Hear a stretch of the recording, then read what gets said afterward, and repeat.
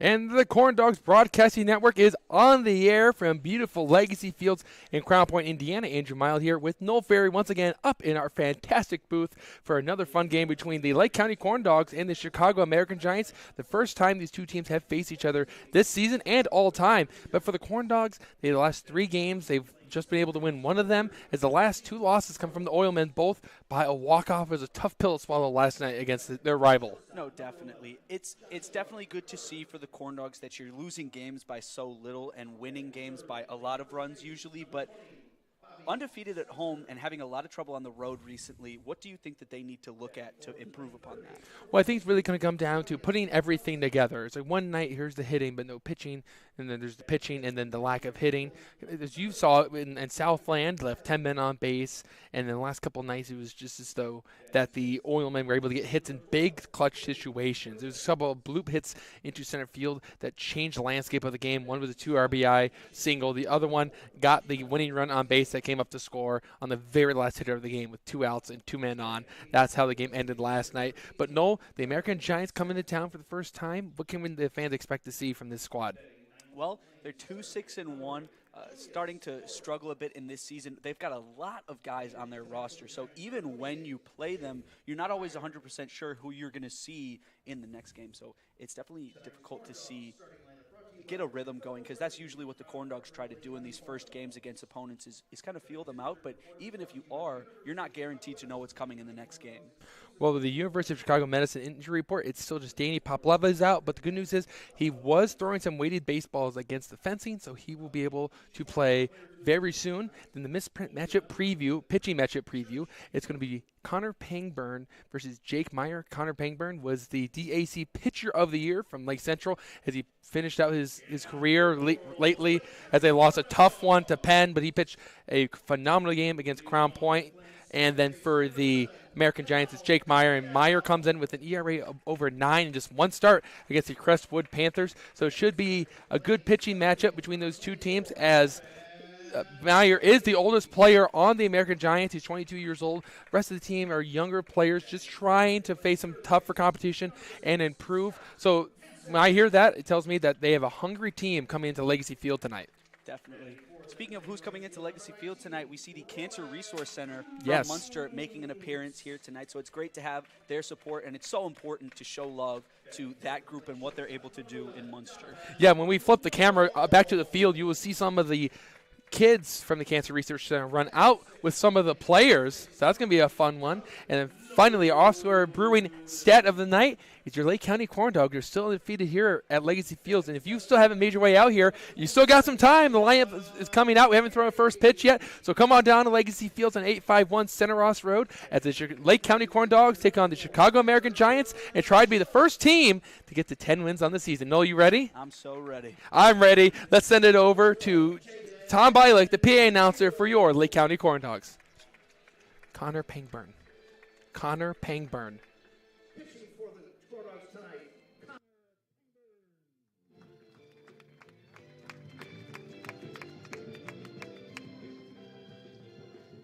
Ladies and gentlemen, at this time we ask that you please rise and join us in singing our national anthem. Tonight's anthem will be led by Amy Smolin.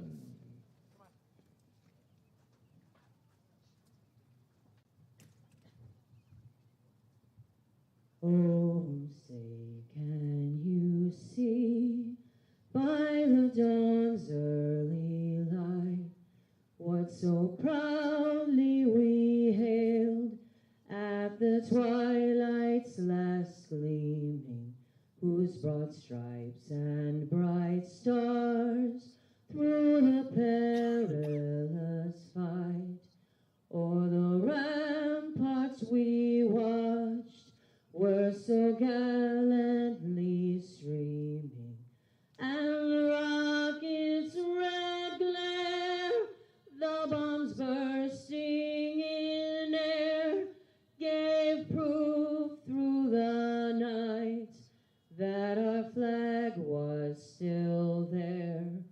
Oh, say does that star-spangled banner yet wave o'er the land of the free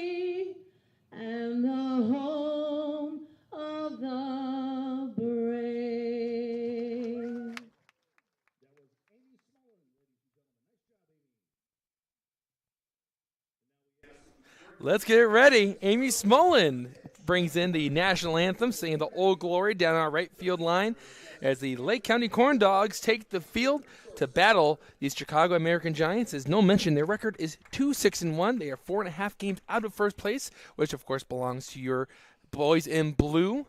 And here comes the first pitch, and it's a strike. Dropped right in there. What a pitch. Yeah, that reminds me of a fastball we saw here at Legacy Fields from the Southland Vikings the other night.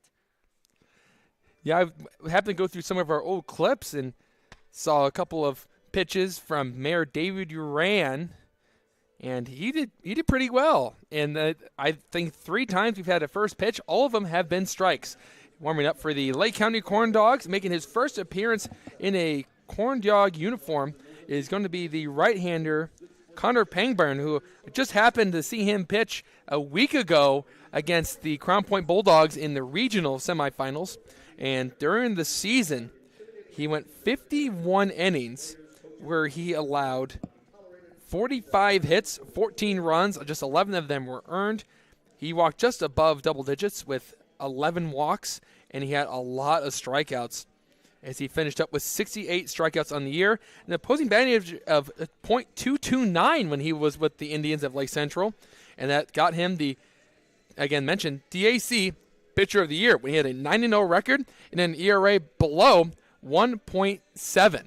So a phenomenal season for the right-hander. Let's see how it translates over to summer collegiate ball. He'll get to face off against some college hitters that are more experienced, have a few more years on them, but it's a good step for Connor Bankburn, who will be going to PNW after this season. It's interesting to see some of these high school guys out here, how they're able to perform against guys who've already seen some college ball play. Right. Jake Thomas being one of them who just recently graduated. But so far I like what I'm seeing from them, and they don't seem to be too phased whatsoever. Well, leading off our game today will be Gene Carlos, who's batting at .267 on the season for these Chicago American Giants, who just came off a 4-0 win yesterday of the Crestwood Panthers. This is the first time the Giants and Corndogs will play. The 2 youngest franchises in this league. Here's the pitch, and that's up and away. Could not be secured by deal. And the first pitch is at 5:57 as we start 3 minutes early today, which is always good news. Usually with these new pitchers making their first appearances, we see a shaky start, and that's, just get the jitters out, get those pitches out, and take a deep breath, get back to what you know you can do. Well, now Danny Poplava, who the only person on the injured list, is now running down the left field line to close the gate. And I might add, he may have the sharpest shirt on out there. Looks like the teal and tie-dyed shirt. Really rocking the fashion is Danny Poplava as he hustles back in. Yeah, if you can't be out there on the field with, some baseball drip, at least get some normal drip. Yeah. It's never a bad time to have drip. That's what I'm hearing. So we're going to be – good thing we started 3 minutes early today as we're a little bit of a delay as Poplava is trying to figure out that fence. He's having a battle, and he gives a thumbs up, and we're good to go after a little bit of a pause. There's a Jeopardy song, and I have to agree. Pangburn, after throwing the ball 1, has a smile on the mound after that long pause, and let's see if that gets the jitters out and he can settle in and throw a strike after he missed the mark badly. Here it is, and that one is a ball 2. I thought I heard someone say strike, but it's ball 2. Just missed. Mike Clay's behind the plate for this game. Here comes the right-hander, and that one's a strike, no doubt about that one. And it's now 2-1 to Gene Carlos and the Chicago American Giants, who are 0-4 on the road. Swing and a miss. Carlos late in the fastball, 2-2. And they're 2-1 at home. Yes, they did tie a game. Break-even pitch. Pangburn misses up and away, 3-2. Count was run full to start off today's game. It was a game against the Southland Vikings. I want to say it was about a week ago, where it was 8-8 in the 8th, and they had to call the game due to darkness. So it went down as a tie. The pitch, swing, and a miss. Strikeout to start off Pangburn's career in a different type of blue and white. There's one gone. Yeah, not seeing too many tricks from Pangburn to start off with, but, honestly, I'm fine with that. If you're throwing strikes and getting guys to swing, absolutely nothing wrong with that. And speaking of strikes, that is absolutely something that needs to be a priority here for the Corndogs. Here comes Joshua Carter, who sees that one go inside on him, 1-0. And you're right. I talked to Justin Heisman yesterday before the game against the Oilmen. Here comes Pangburn, and it's not the best cut from Carter. Tried to hold back the swing. He went all the way through, 1-1. He asked me, how many walks have we had the last 2 games? He goes, is it over or under 20? The pitch, it's up and in, 2-1. If you had to take a guess, what would your over-under be? Is it over 20 or under 20? I would have to guess over. It was actually just 15. Oh. So it was under by 5. Here's a 2-1, and it's a cut and a miss, 2-2. But still, that's an average about 7.5 walks for those 2 games. And 12 of them came from the 2 starters, as they'll remain nameless. Break-even pitch, and there's another strikeout for Connor Pangburn. It's coming right after these American Giant hitters. He has 2 outs, both by swinging strikeouts. These past couple games haven't even been the most walk-heavy games we've seen from the Corndogs. There's been a couple where it's been so frustrating because when you are up by 6 to 8 runs, you can throw balls down the middle of the plate. That one's inside. Want to know? If you're giving up some hits, you're up by 6 to 8. Let your infielder, outfield at least try to make a play. Don't give them those free bases that just elongate the game. This one is crushed into left center field. Terry going towards the track, and he can't make the play. Try to go over the shoulder, doesn't bring it in. That's Bobby Spencer going for 3. The throw from Noble is low, and it's Hanson that scoops it up, that applies a tag, and they got him. Great relay from Terry to Noble to Hanson for the 8-6-5 putout, but it does go down as a double for Bobby Spencer, and we'll head to the bottom of the first with no score. You're watching the Corndogs on the Corndogs Broadcasting Network.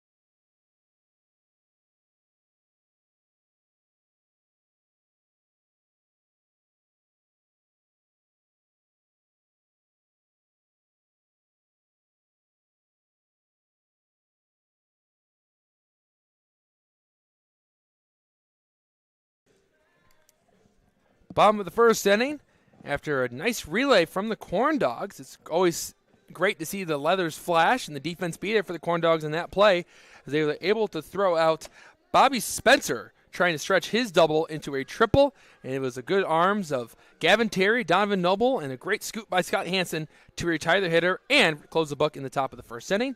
As we head to the bottom of the first, let's look at the Lake County Corndogs starting lineup for this ball game. And it's a friendly reminder that every Corndog starting lineup is brought to you by Purdue Federal Credit Union, proud partner of the Lake County Corndogs. And that's how the lineup will shape up. Batting leadoff, playing second base is Cal Curiel. Gavin Terry had a great night last night with bat second. We'll talk about that later. Hanson, who made a great play over at third, will be batting third. Roman Kuntz, got to talk to earlier before this game. We'll show his interview on this broadcast later. Bats fourth, playing right field. Noble will bat fifth, playing short. Doug Loden will get to play the field for the first time since Joliet. He bats sixth and plays first base. Jake Ferry bats seventh, out and left. Tyler Schultz is a designated hitter, batting eighth as he got hit by 3 pitches last night. And then Jaden Deal will round up the lineup and be behind the plate for today's game. Jake Meyer on the bump for the American Giants, wearing those red jerseys. And here's the pitch. Bunt shown by Curiel. Meyer paints the outside corner, and it's a called strike one. I'm not sure if anyone could tell in the broadcast, but I saw some of these warm-up throws from Meyer. He's got a nasty breaking ball, it looks like. See if he goes to it here. The pitch. Curiel swings at it, hits it off to the right. A Giant heads up from in front of us.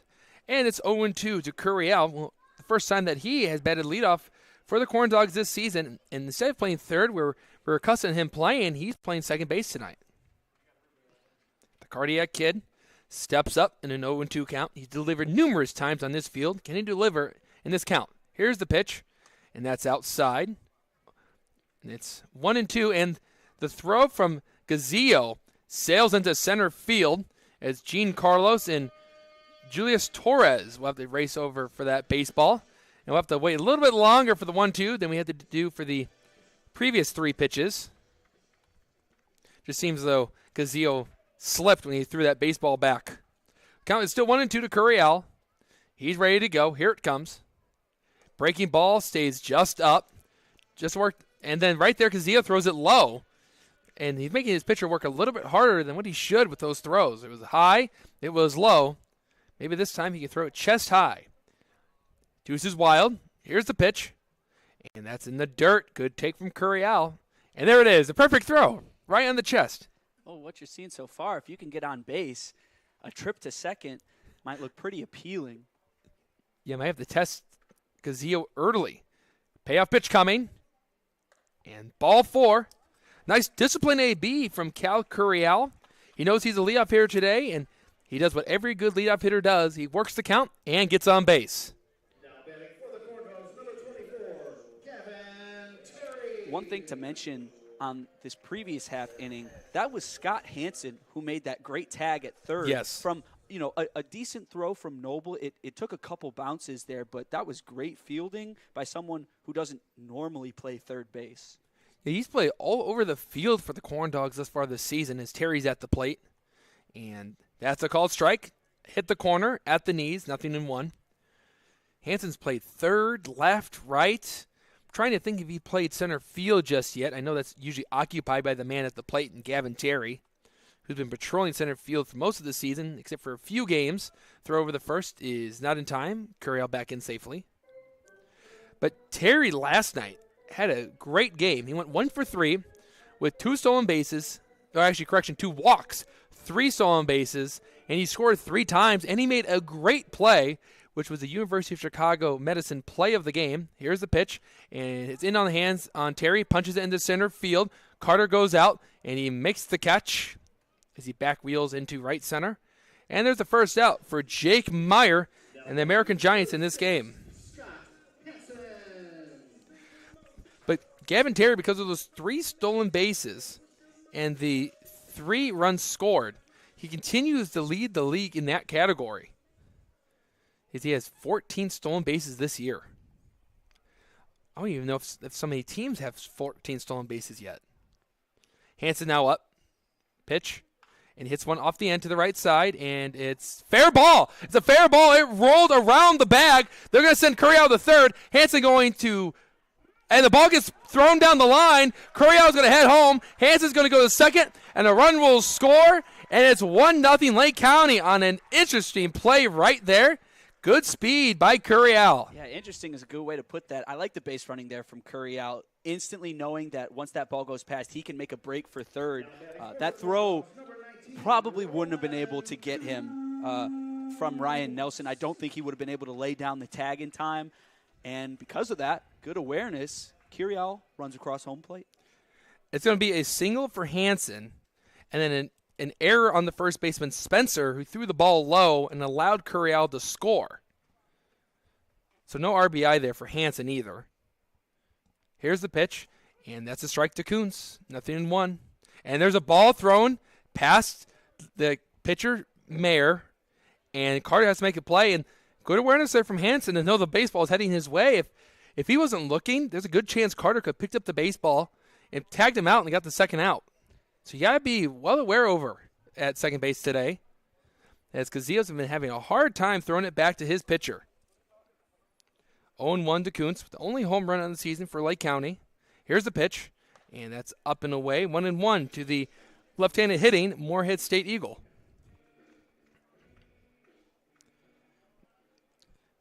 With the rotation changing so much for the Chicago American Giants, there's probably a lack of chemistry out there in the field that potentially creates a lot of those misplays like that. Count is 1-1, set the belt. Here's the pitch, and Kuntz watches one go right upstairs for 2-1.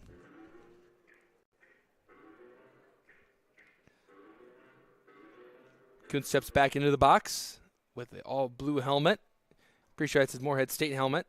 Is it usually the eagle in the front as there's 3 Moorhead State players on this team. The pitch, and that one's upstairs once again, 3-1. And Meyer in his last start went 4 2/3 innings, where he allowed 7 hits, 5 runs, all were earned, 5 walks, and he struck out 3 against the Crestwood Panthers. So this is Meyer's just his second start with this squad. Here he fires, and Roman Kuntz takes a huge cut as he tried to hit home run number 2. He was not cheated on that swing. He came up empty, and it's now a full count. Let's see if Kuntz can get another pitch like that and hit it deep somewhere. Corndogs would like to add on to their lead. And that's ball 4. Kuntz won't swing at that one, as he'll throw the bat over to the third base dugout and trot over to first base. Another great at-bat from Lake County. There's a few really good at-bats to start today's game.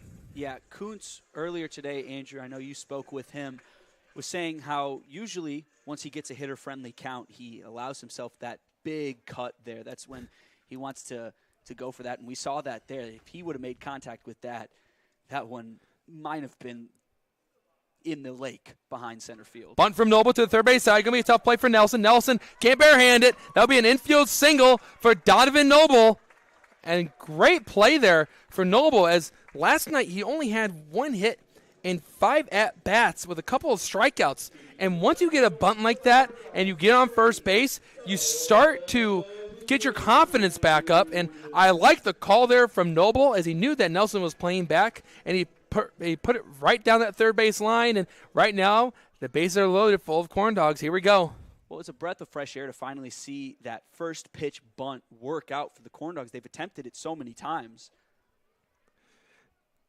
Loden comes up. Here's his pitch, and he takes that big cut, as he's something he's used to. He's swinging for hard as he can, and he missed 0-1.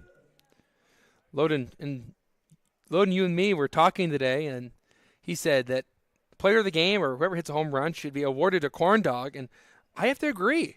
If you're the Corndogs and you win player of the game, you should get the golden corn dog. The pitch, and Loden skies one into left field. Torres going back in center field. He calls off his left fielder, and he makes the play. Hansen will come in from third to score. It's a sacrifice fly, and the Corndogs add on to their lead. It's now 2-0. There was some good contact there by Loden. Hit it a little high. That one was way up there. It took a little bit to come down, but you're able to get someone across home plate once again. Can't ask for much more than that. Let me ask you this, Noel. How happy are you to see a different team here at Legacy Field, not the same teams that we keep seeing? We were getting to a first-name basis with some of these teams, Yes, the Southland Vikings and the Northwest Indiana Oilmen. Yeah, especially the Vikings, and we're not done yet. We're seeing them tomorrow. Yeah, back to Dowling Park or the Corndogs tomorrow. Ferry's at the plate. There's that breaking ball you talked about. And, yeah, that is a good breaking ball. It dots the outside corner, and 0-1 to Jake Ferry, who's out in left field tonight. There's 2 outs, runners on first and second. Corndogs up 2-0. This is how they started yesterday. Getting a lot of hits against the Oilmen. And Ferry takes a cut, hits it out of play to the left into the parking lot, as you hear everyone in the arena gasp as maybe the baseball finds their car. But I have to say, as I usually park all the way on the west field, and if someone can hit it, I'd be impressed. They'd get a corn dog for doing that. Usually I go right behind the press box here, but I have a feeling with the sheer amount of times I will put my car in danger this summer, I have a good feeling that it might just get hit once. Just once. As long as it's not you, as you mentioned earlier in the season. Here's the pitch, and that's out. There's that breaking ball. Meyer didn't get on top of it, 1-2. If you haven't joined one of our broadcasts before, we talked about numerous times how a baseball with the right spin might work its way into this broadcast. And Noel said because he has the window, the open window, that if one comes in here, he'll hit him in the face. And that's what he said, not me. So he might lose some teeth if one finds its way in here. Pitch, that's out. 2-2 is a fastball. You know, I say that because so often you see guys catch a lot of slack for flinching at baseballs that are coming straight back. So I usually remain pretty calm and collected. So if one actually did come back, I probably wouldn't flinch and react in enough time. Just enough time to get you right in the mouth. 2-2. Ferry serves one down the line. It's slicing its way out of play. Given a good look by Gabe Cortez, who sprinted down over to the left field line, hit the wall, now going back to his original position. And Kuntz and Noble will retreat to their original positions in the infield. And we'll do 2-2 again to Ferry. Ferry's a powerful hitter. Looking to see him collect more extra base hits. The Corndogs play the number 6 team in this league this year. The 2-2. Ferry hits one down the line. It was the breaking ball, and it's foul. It's Austin Ridgway, who's the first base coach for this inning. We'll have to go get that baseball. He's starting to wear some of the equipment of the players. And you ever seen that picture of a first base coach that's wearing like all the things that he can in terms of like elbow protectors, batting gloves? And they said that's when you know it's a good inning. Right now it's a good inning for the Corndogs. The pitch. It's ball 3. It missed. Full count. And on this pitch from Meyer, Kuntz and Noble will be on the move. So 3-2, 2 outs. Corndogs up 2-0, trying to add on a couple more. Will Ferry get the pitch he's looking for? He settles in. Meyer's set. Here he comes. Runners on the move. And ball 4. It just was wide off the mark. Ferry will load up the bases one more time. Deposit another Corndog in the fryer. This inning continues. And I love the approach there. We've seen that today with everyone so far for the Corndogs, specifically Kuntz and Ferry, Morehead State teammates. If he's not going to throw it right down for you, just let it go past and keep this inning going. And they'll bring up Tyler Schultz, who wasn't scheduled to play today. Usually he doesn't bat 8th. He usually bats 3rd in this lineup. Maybe get to see more fastballs today. That one's in the dirt. It gets past the catcher, but not far enough for Kuntz to take off to home. So Kuntz will go back to third base, and it's 1-0. Schultz yesterday, instead of hitting the baseball, he was getting hit by the baseball as he went 1 for 2 as he reached on an error with 3 hit by pitches and a single in the 9th inning. In the last one, it looked like he was pretty annoyed, and he's going to be annoyed after that swing and a miss, 1-1. The third one, he got plunked, and he took off his elbow guard, and it was a little bit slower the third time around. And you know what they say, third time's a charm. And Tyler Schultz was having enough of getting hit by the pitch, so he decided to get a hit in his last at-bat of the game. 1-1, here it comes. Schultz hits one to the right, and this one's going to work its way out of play by the Off-Square Brewing beer garden to our right underneath the pavilion. 1-2. I have to say, there's a place I know that has Off the Square Brewing, besides Off the Square Brewing, obviously, and it's the Backcourt Bar and Grill, and we'll talk about that sponsor later as we got to go try it out for the first time. And might we say, we had a great time. It's count still 1-2, bases loaded, 2 outs. Can Schultz deliver a big knock? Here's the pitch, and that's down in the dirt, backhanded by Gazillo. It's 2-2 now to Schultz, who's batting 8th. Corndogs have sent up 8 hitters now. Kuntz at 3rd, Noble at 2nd, and Ferry at 1st. Meyer looks in for his sign. He gets it. He's ready. Here it comes. Ball 3. So this is going to be a big pitch to start off today's game. This bottom of the first is if ball 4 crosses, the Corndogs will cross in a run. Could be strike 3 where the inning ends. Could be a double off the wall. Could be anything. That's the fun part about this game. You just never know what you're going to see on a given day. So here we go. Here's the pitch. Ground ball to the left side. Nelson gobbles it. He fires at first, and a nice strong throw ends the inning. But the Corndogs tack on 2. We go to the second with the score, 2-0 Corndogs. And you're watching the Corndogs on the Corndogs Broadcasting Network.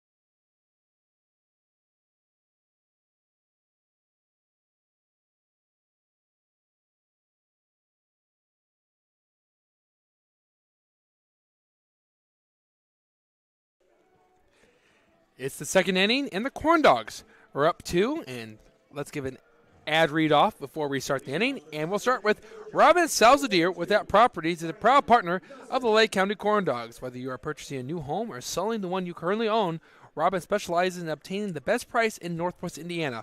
Call her today at 312-671-0034. That's 312-671-0034.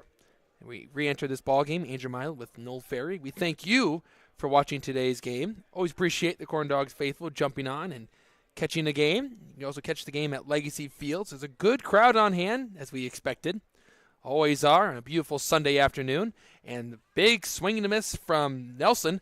Try to get that slider from Pangburn, and it's 0-1. As Pangburn was dealt a good hand with a nice play from his center fielder, shortstop, and third baseman to get the third out after a double off the wall from Bobby Spencer. And a nice breaking ball breaks off the table, gets the swing and a miss from Nelson, and it's 0-2. Well, I like what we're seeing from Pangburn so far. Nothing too flashy like some of our other starters, but guys are swinging at his balls and missing, and that's all that matters.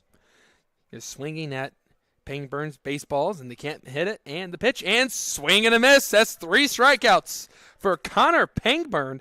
Through the first 4 hitters, he's faced the minimum, and there's 1 gone. And Pangburn, it's that good fastball, and then he goes to that deceptive slider that breaks off the table, and it's getting these swing and misses as these American Giants are out on their front foot. That's down low, 1-0. And you're wondering how they got such a unique name, the American Giants. You usually have never heard anything like that. Here comes a 1-0. That's down low, 2-0. And the American Giants were a Negro League baseball team back in the 1910s to 1956 when they closed up shop towards the end of the Negro Leagues. That was a few years after Jackie Robinson had gotten into baseball, major leagues, 3-0. And they were actually a really good team in the early 1920s. They won 3 straight league championships and found their way to the Negro League World Series. And ball 4 to Mike Gladden. Then see any cross the plate. He'll go over to first base. Next batter, number 12, Their first home was the Southside Park, the third, from 1920 to 1940. And a little fun snippet here for us Hoosiers. They actually played a season in Indianapolis in 1933 at Perry Stadium, which I'm kind of interested to see how close it is to the current Victory Field and how they were allowed to play down there when there was already a team in Indianapolis. And he did go. Ball gets past Deal.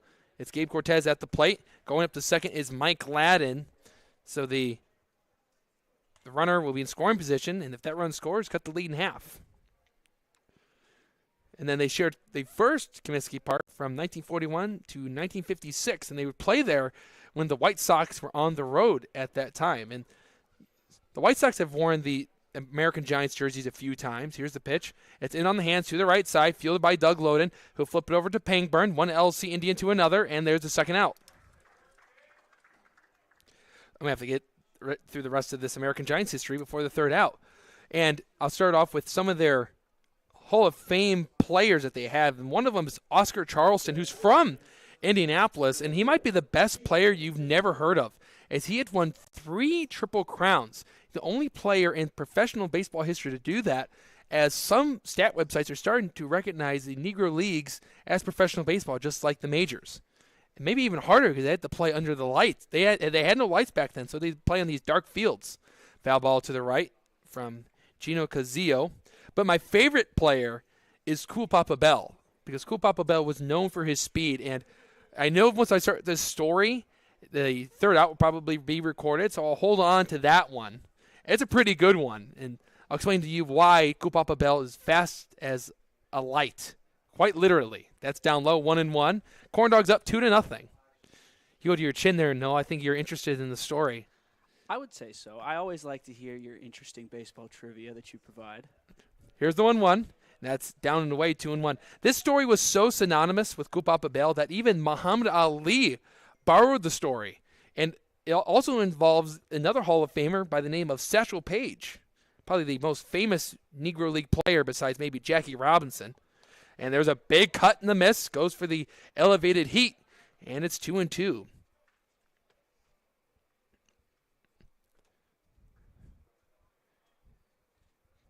2-2, 2 outs, runner on third. Corndogs up 2-0.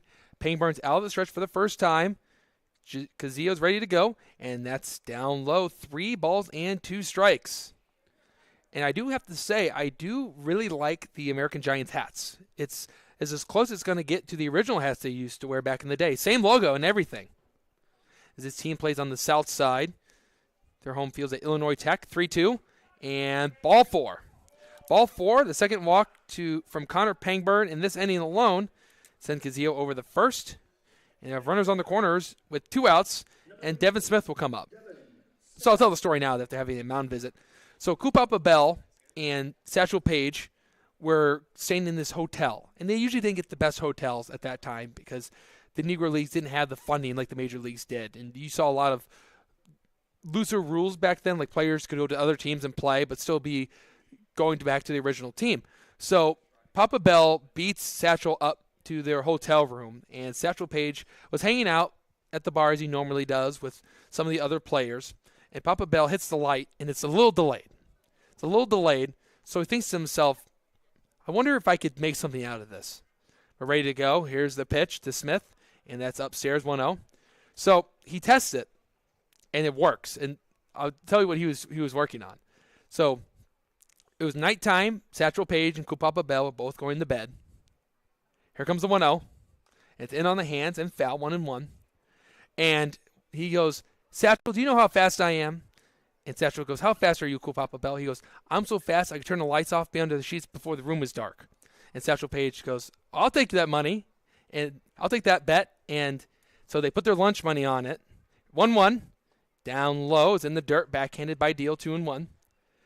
So what Kupapa Bell does naturally, he hits the lights, runs, gets under the sheets, and because of the delayed light, the light comes off, and all you could hear in the pitch darkness at that time was Satchel Paige laughing hysterically as he lost his lunch money to the fastest man alive. There's ground ball to Loden, who was able to kick the cushion and somehow timed out that story perfectly, and Connor Pangburn gets in a little bit of trouble but gets out of it and does not allow any runs to score as we head to the middle of the second with a 2-0 lead for the Corndogs on the Corndogs Broadcasting Network.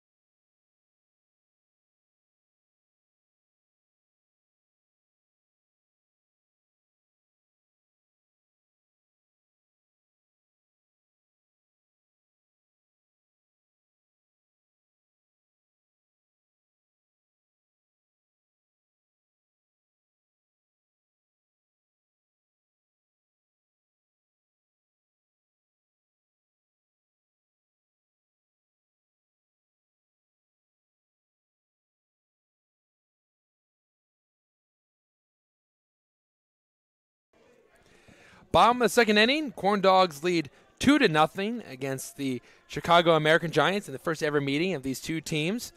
And the Great Lakes Sports Hub is the official training facility of the Lake County Corndogs, not just another dome. As we enter this bottom of the second inning, we're going to have a little bit of fun here up in the booth. As I saw this a couple days ago, it was the San Diego Padres and the Colorado Rockies, and Chad Kuhl and Joe Musgrove were the starting pitchers. And Musgrove, who was the home team, got to go on the mound the first time. So what he does is go on the back of the mound and draw, like, I want to call it a hashtag, but for our older audience members, it's the pound key. And they were able to draw it, and they play tic-tac-toe every half inning. So what me and Noel are going to do up here, as Jay and Deal steps up to the plate, is play our own version of tic-tac-toe. That's up 1-0. As Noel, you are allowed to go first since I did put you in the dunk tank just yesterday. So I think you've earned the right to have the first move. Yeah, that's true. We'll see that video a bit later. Yeah, we have to show off that one. Here's the pitch. And that's down low to Deal, 2-0. Let's see how you play this. Oh, the top left corner, and you went with the X's. I get to be the O's. Oh, man. How am I going to do this? I think I'm going to attack. I'm going to go right in the middle with that O. And here's the 2-0. And that's a called strike. Just hit the black, 2-1. I'm not liking where this is headed. He goes bottom right now. I'm going to go just to the right of my O. Make you play defense on me. Here's the 2-1, the Deal. And that's down in the way, so Deal is in a hitter-friendly count of 3-1 now. Corndogs scored 2 in the bottom of the first inning. Trying to add on a couple more here. A little bit of a brain buster here for Gotta No block Ferry. off the win. Yeah, you can't let me win that easy. 3-1.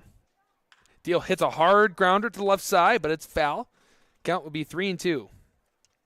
Yeah, this looks like a Cats game. All right, we'll do round 2. We have to go until there's a winner. I'm going to go top right. Okay.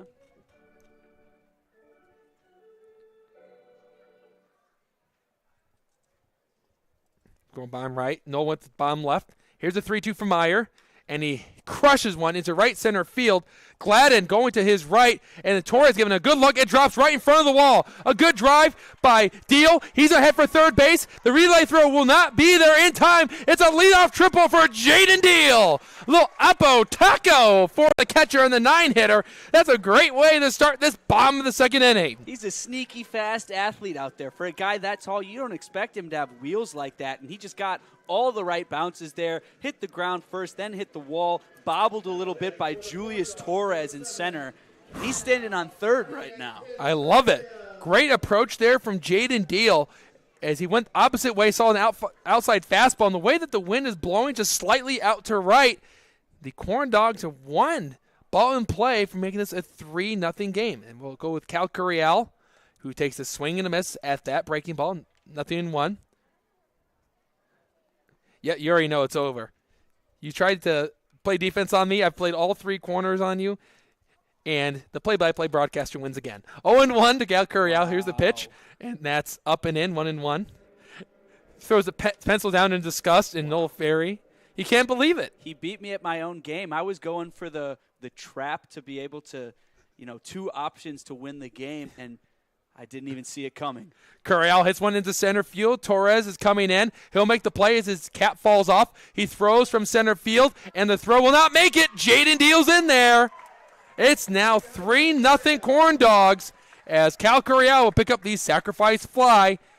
And 2 hitters in, and the Corndogs tack on another run. It's great to see just contact with the ball being made, because even if they are these sac flies, you're scoring runs, and you're showing that you're seeing the ball finally. And not to mention, it's a little bit more entertaining for the fans here in the stands than a game of walks. I have to agree.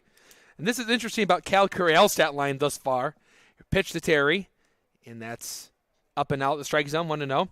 He has no official at-bat with that walk and sacrifice fly, but he has a run scored and an RBI. So no official at-bats, but he's added the run and an RBI. 1-0 to Terry, and that's right down the middle, 4-strike-1. And Noel, can you flip the camera for the people at home so they can see? Right here, Andrew Mild. I'm not proud of it. 1-0. You see the face on Noel Ferry. He's not happy with himself.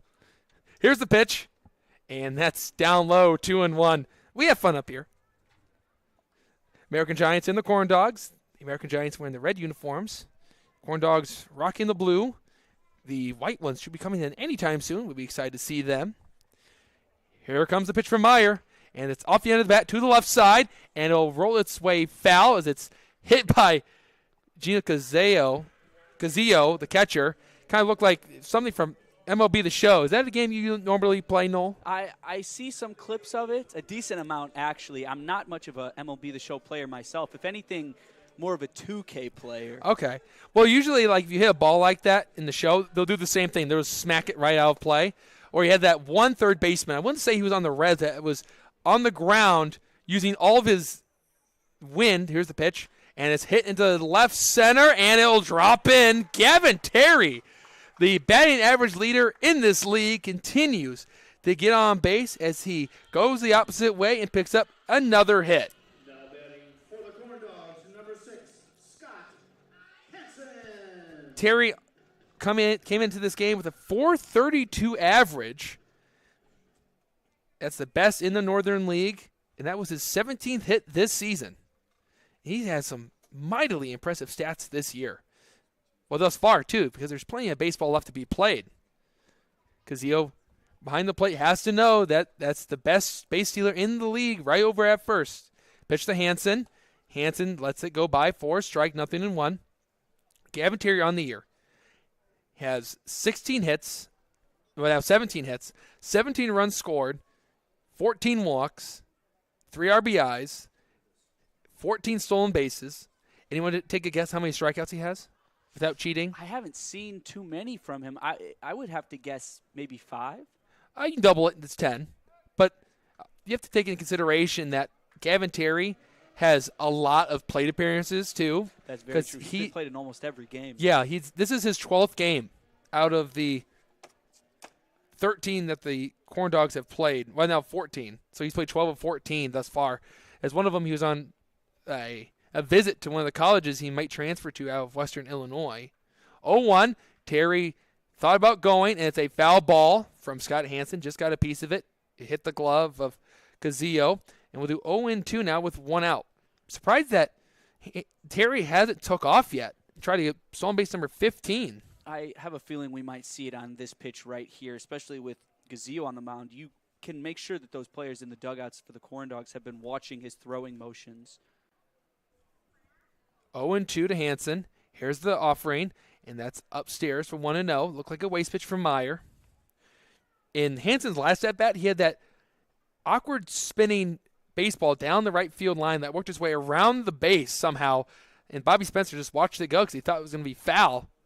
And then a throwing error from Spencer allowed Curiel to score. 1-2. Here's the pitch, and that's up. Throw down from Kazio is on the money, but they cannot get Terry, and it's 2-2. Do you ever watch Major League 2? No. So I'd say I do. Kazio has kind of reminded me of that movie in this game, and I'll tell you why in a second. Because the count moved to 2-2 to Hansen, who's 1 for 1 with the run scored. Here's the pitch. There's the breaking ball that pops in and out of the glove, and it's 3-2 as it missed outside. So they had this rookie catcher in this movie for the Cleveland Indians. His name was Rube Baker. Well, Rube Baker had a hard time with throwing back to the pitcher. All he could do was throw down to the bases, and Kazio, I think you know where I'm going with this. Definitely. Can't throw back to the pitcher, but he can gun it to first and third. 3-2, Terry on the move, and it's hit into right field in foul territory. Is it playable for Gladden? It is. He leaps up, makes the grab, and there's the second out. As the wind kept that one in the air just long enough for Gladden to glide over to his left and leave the earth for a little bit, and there's the second out. We'll see if Kuntz could get anything going here.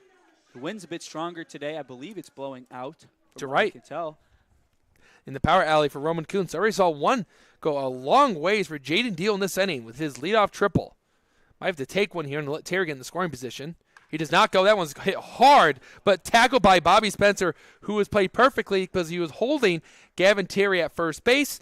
Corndogs tack on one more run after the leadoff triple from Jaden Deal and the sac fly from Cal Curiel. And when we come back, it will be no Ferry on the play-by-play, but he's still 0-1 in tic-tac-toe. You're watching the Corndogs on the Corndogs Broadcasting Network.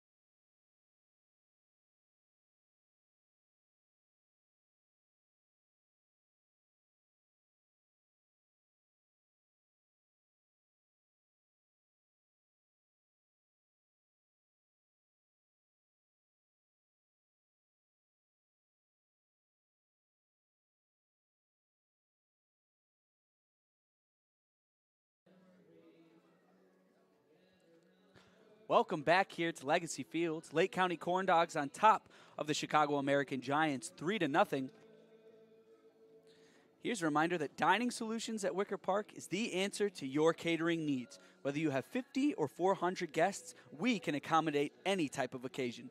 Call us today at 219-923-3830 and let us help customize your next special event.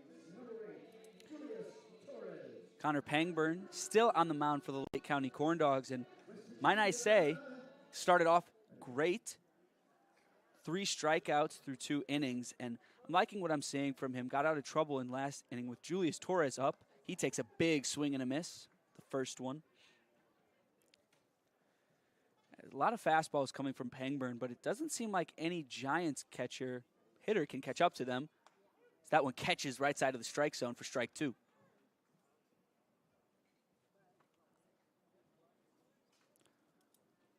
Here comes the 0-2. That one down too low, 1-2. Torres batting .285 on the season.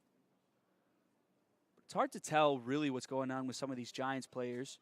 Here comes the 1-2. Big swing and a miss. Pangburn collects his 4th strikeout on the day. That one was up way high for Torres. A little too ambitious on that swing. We're back up to the top of the rotation now for the Giants. Gene Carlos.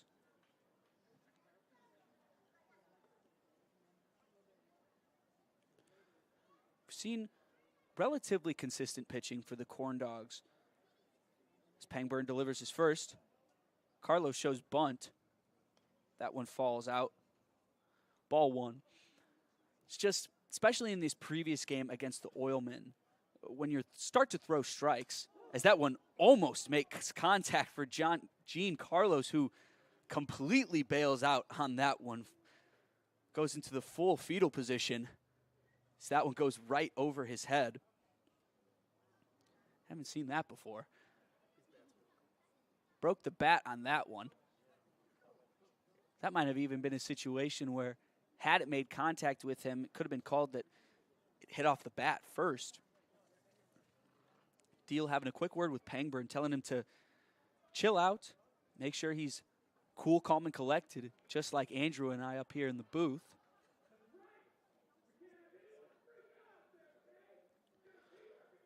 But a thing that Andrew and I mention a lot for the Corndogs is that they need to improve on their situational hitting, and that is exactly what was going in the favor of the Oilmen last night. That one's outside.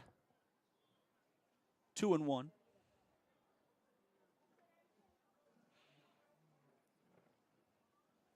One out here. Pangburn delivers. Just misses bottom right corner for ball 3. Hitter-friendly count.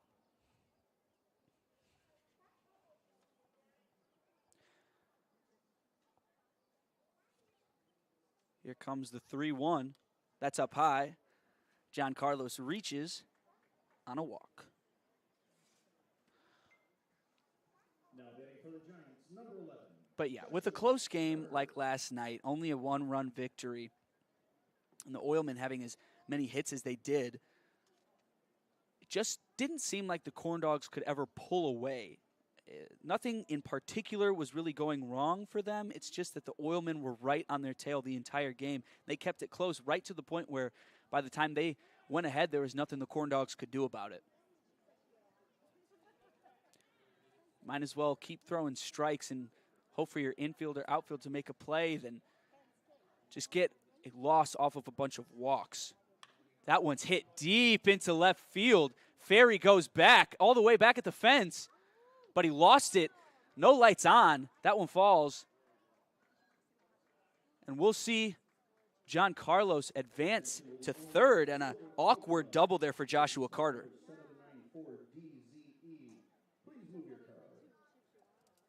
And that's something that owner Ralph Flores and manager Justin Heisman were speaking on, was the awkward position of the lights, and I guess you could accredit that one to maybe getting lost in the sun by Jacob Ferry, as he looked pretty clueless out there.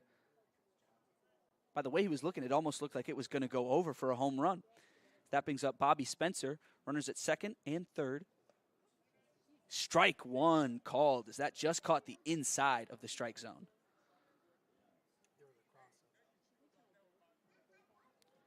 Bobby Spencer having a word with home plate ump on that one. As Deal has another conversation with Pangburn. Deal having to work a bit tonight behind the plate. Some of these pitches have been a bit wild. Only seen one go past him, though, so far.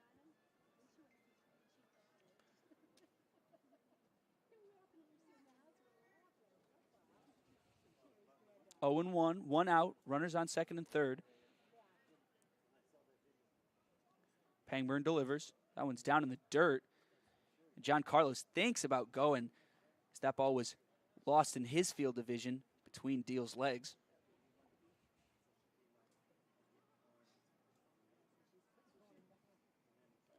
Here comes the 1-1. That's a nice breaking ball. Falls right into the strike zone. And those off-speed pitches are working really well for Pangburn so far.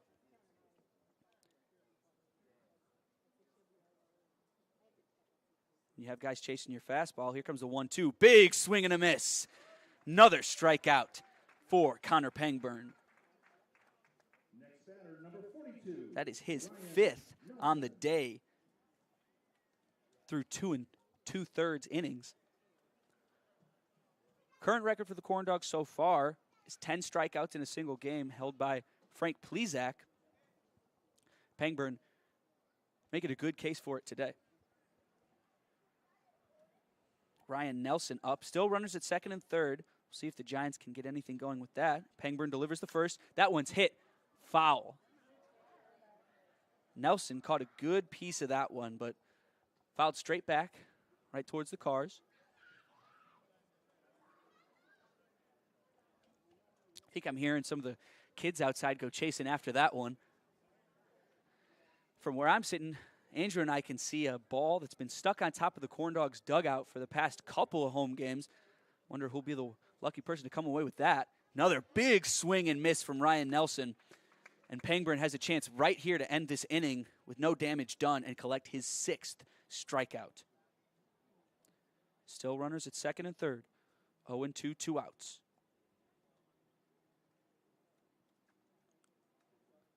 Pangburn gets a signal he likes. Here comes the 0-2. That's strike 3 called for Connor Pangburn. Collects his 6th strikeout and sends the Giants back to their dugout. No damage done. Still Corndogs, 3-0 here at Legacy Fields. We will be right back after this.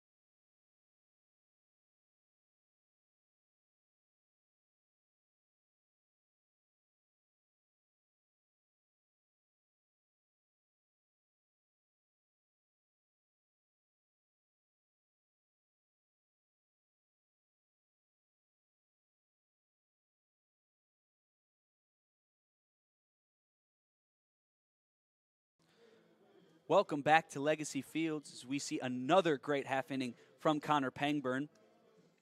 Headed to the bottom of the third. Corndogs on top, 3-0. We see Donovan Noble up to bat for the Corndogs, who's had a bit of a cold streak recently. He looks to end that today, but started off today with a great bunt. And that's something that we see Donovan Noble and Gavin Terry do a decent amount is show bunt on that first pitch. Hope to get a easy trip to first on that, but one of the only few successful bunts we've seen work out for the Corndogs so far this season. Jake Meyer still on the mound for the Chicago American Giants. Here comes the first.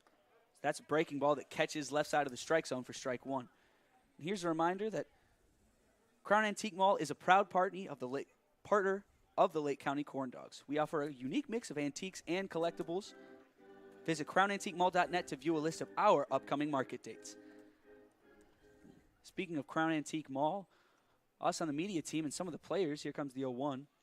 Another breaking ball. Noble watches that one come right inside for strike 2. Some of the media team and the players were able to attend Crown Antique Mall's recent event this past weekend. That was a lot of fun. We saw a decent amount of vendors and not to mention a dunk tank set up. Here comes the 0-2. That one's hit right into the gap. Is it going to be playable? No. Noble reaches on a single, and he is 2 for 2 to start off today's game. Great swing of the bat from Donovan Noble, going right back up the middle, making it nice and simple and getting his way on base like I got you into a dunk tank yesterday. Yeah, so, we're sitting there, and the owner of the Crown Antique Mall comes up, and we were able to convince him to let some of the players throw some balls. Mark Kretzkowski would say, convinced him to let some of our players throw some balls at him up on the dunk tank. Here's Doug Loden. That one's hit deep into right, into the gap. That one is gone. Doug Loden with the first home run for the Corndogs, hit at Legacy Fields. A 2-run homer for Doug Loden.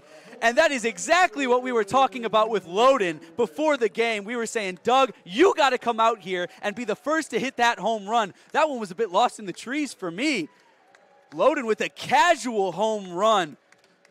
And there goes Andrew to get Doug Loden the Corndog that we promised him. And with that, Corndogs take a 5-0 lead.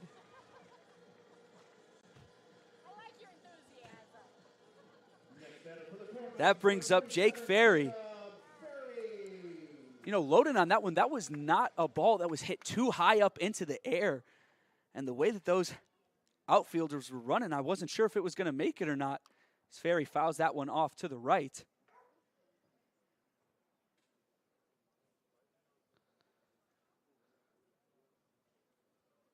Glad to see that I was on the call for the first home run hit by a Corndog in Legacy Field. Says a breaking ball that's up too high for Jake Ferry, 1-1. Doug has been swinging for those fences this entire season, and it's so rewarding for him to finally be able to get that home run that was so overdue. Another foul hit by Jake Ferry.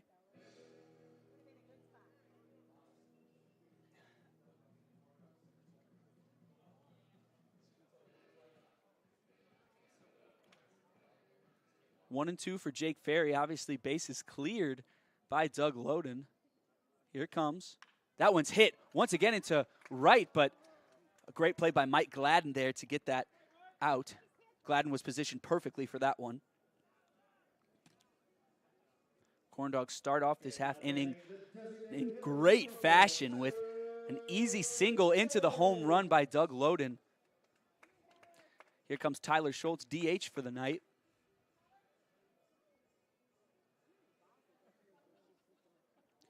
Something that we talk about a lot is how often Doug gives every swing just 110%. Schultz takes his first. That one, breaking ball, catches the left side of the strike zone. And with that, once you're finally able to see the ball just right, and you get a pitch that you like, when you're swinging with that much power, it's going to go. That one's outside, ball 1.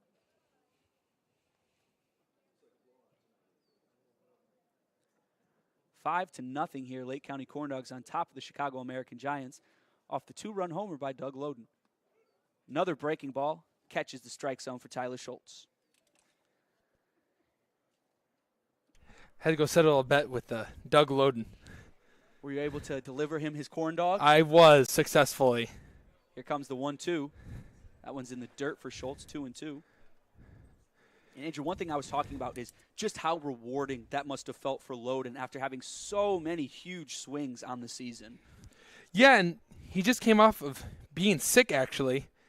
Got to talk to Doug. The 2-2. Check swing by Schultz. That one's up high, ball 3. Yesterday, and said, "Where you been?" And he said, "Oh, I got sick." And he goes, "It wasn't COVID or the flu or anything. I just got sick."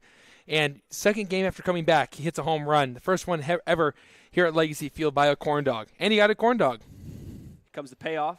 That is outside and low. Tyler Schultz reaches on a walk.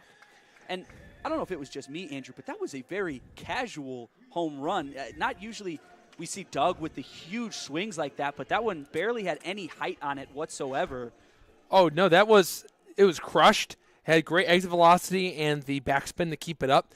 And then the wind also held it up just long enough to go over the wall. And with those white signs, it wasn't quite sure if it hit the wall and bounced back or if it cleared. But Doug Loden kept running, and that's when you knew that it was the first ever home run here at Legacy Field by a corn dog. And I just find it ironic that before the game, you were there, talked to Doug Loden, and were like, so you're telling me, Doug, that we should give a corn dog away to a player of the game or the guy who hits a home run? And he goes, yeah. Sure enough, in this game, same exact game, 3 innings later, Doug Loden hits a home run. So he got the corn dog, he had a big smile on his face, and gave a thumbs up. So, well, he gets his corn dog for hitting a home run, and I won't say anything just yet, but he could potentially earn himself another one here by being player of the game, and he certainly has put together a great case so far. So what you're telling me is that we should start a tradition of giving a corn dog to player of the game and call it the golden corn dog? I wonder if there's a better name we could come up with than golden corn dog. But for now, I think we'll stick with that. Okay. Jaden Deal up for the Corn Dogs. 1 out here in the bottom of the third. Tyler Schultz reached on a walk.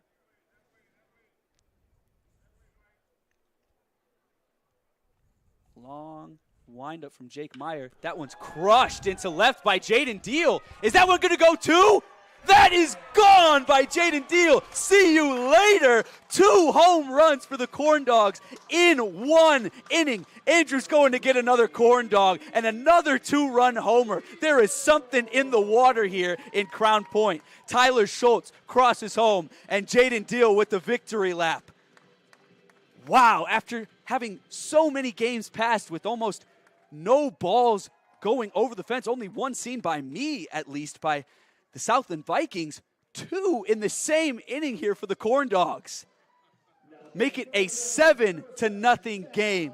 Corn Dogs on top. And I cannot believe it. And Jaden Deal knew it right off the bat. He walked down the line, admired it a bit, and it's another big home run for the Corn Dogs. Cal Curiel takes his first. There's a breaking ball up too high. Wow, Jaden Deal, a very... someone who reaches a lot on walks. He's great at stealing bases, not really known for his power hitting. That one's outside, ball 1. Delivers in a huge way, and that ball was absolutely crushed once again. One of those moments where once you heard it, you almost knew it was guaranteed to be gone. That one catches left side of the strike zone for Curiel, 1-2.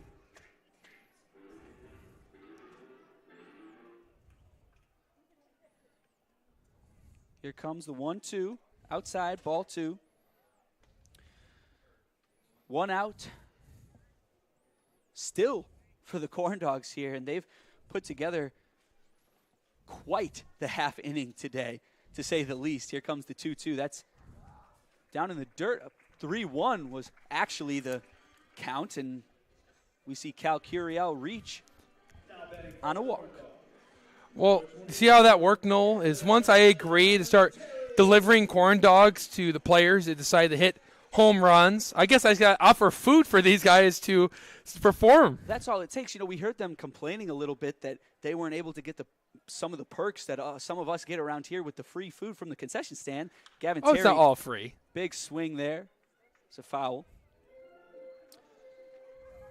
And they were talking about how if they want to get food, they're going to have to go buy it. And, there really just isn't enough time in this game for them to go do that. They don't want to leave the dugout. So we have to give them some incentives to hit these home runs. I say that's a good idea. There we go.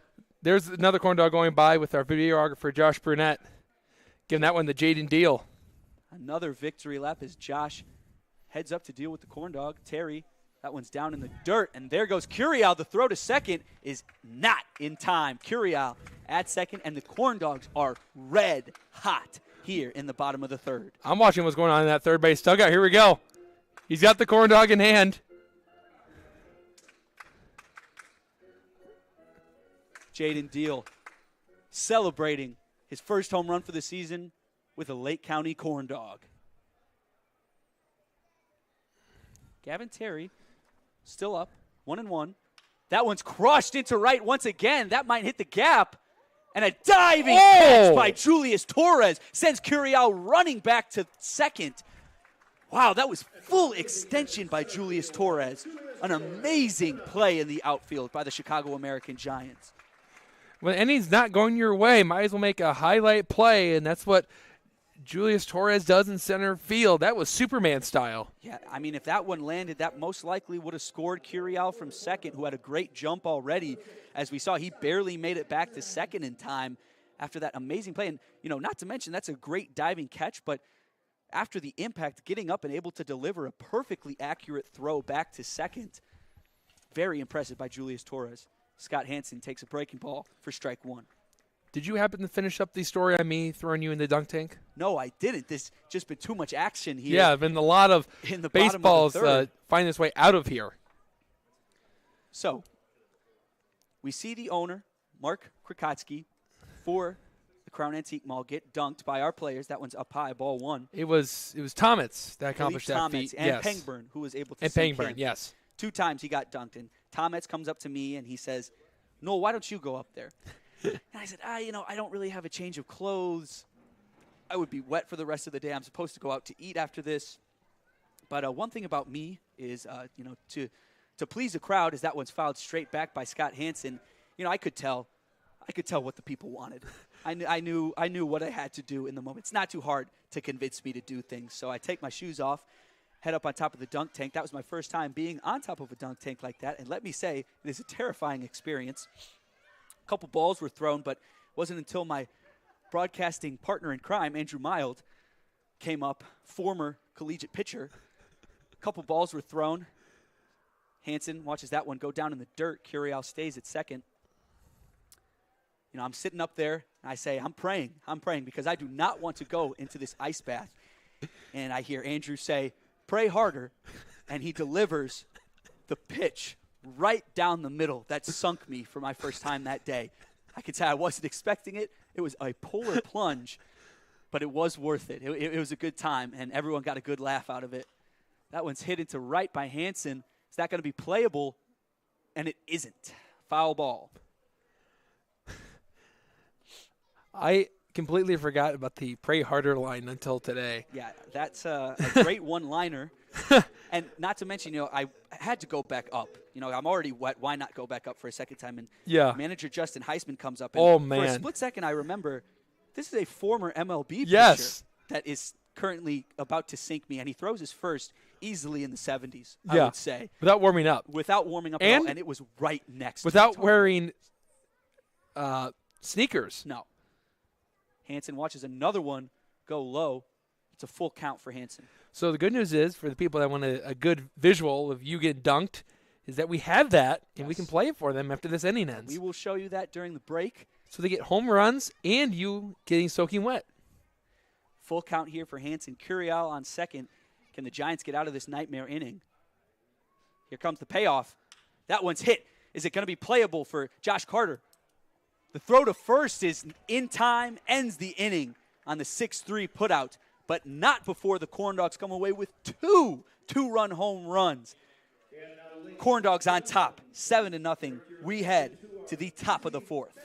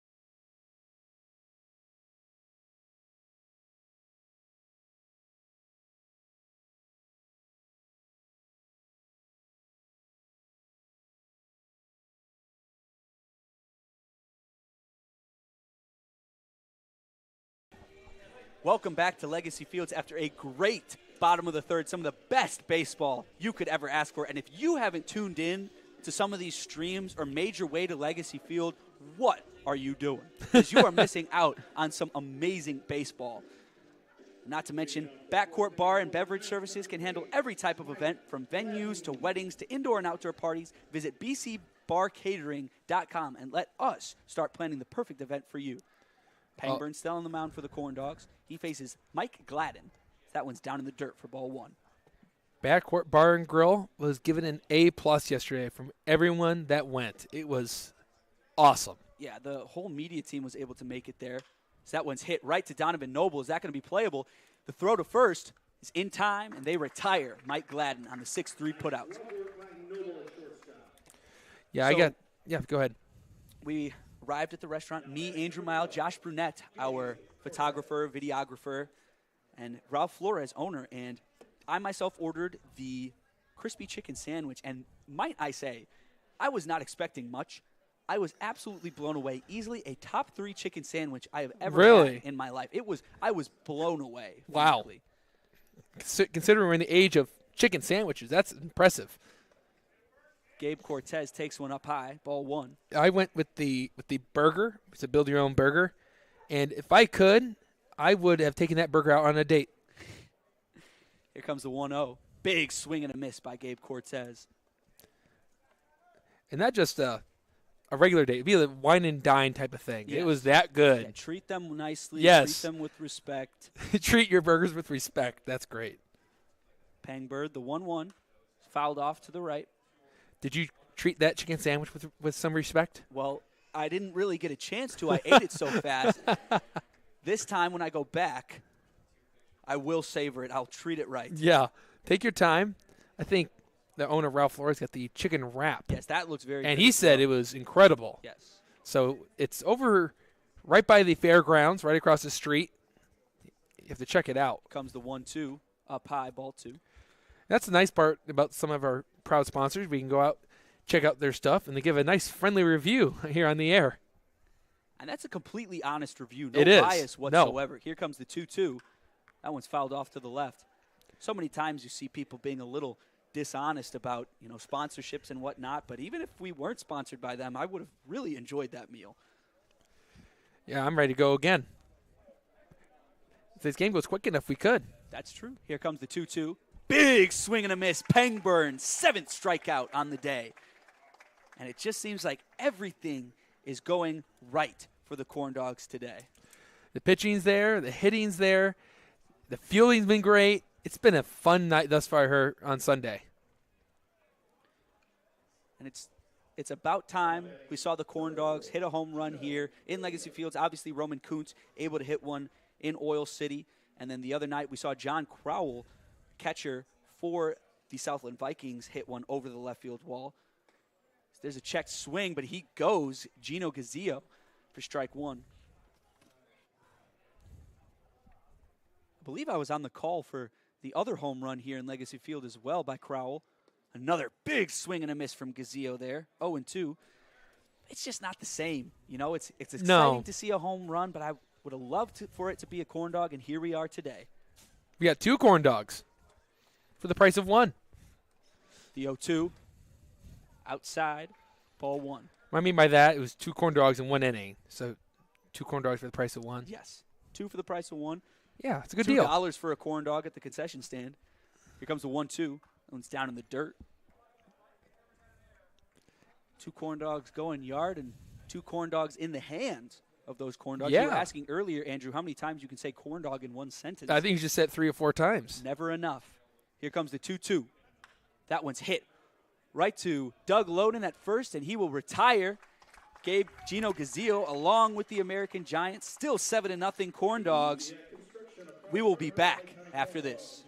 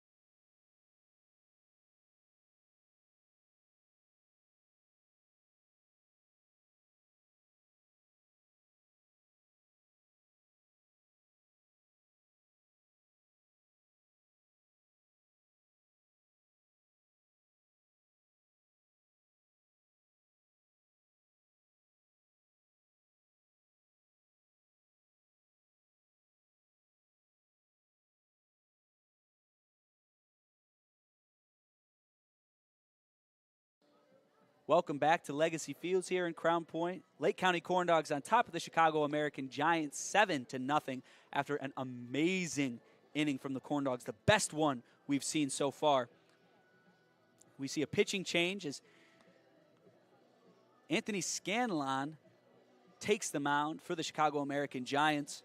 And a reminder that every pitching change is brought to you by IBEW Local 697, proud partner of the Lake County Corndogs. It's the International Brotherhood of Electrical Workers. As one, we are limited, but as a group, we are strong. Another reminder that Diversified Marketing Strategies is a full-service marketing agency that specializes in all forms of media and advertising. Are you ready to start a project with DMS? Visit us at thinkdiversified.com. Another reminder that Colonial Life is a proud partner of the Lake County Corndogs. Keep unexpecting. Life is anything but expected, including our approach to employee benefits. Visit coloniallife.com to learn more today. And Athletico Physical Therapy, proud partner of the Lake County Corndogs. We treat you, not just your injury. Visit athletico.com to book your appointment today. As we see the last throwdown from Scanlon, that'll bring up Roman Kuntz for the Corndogs.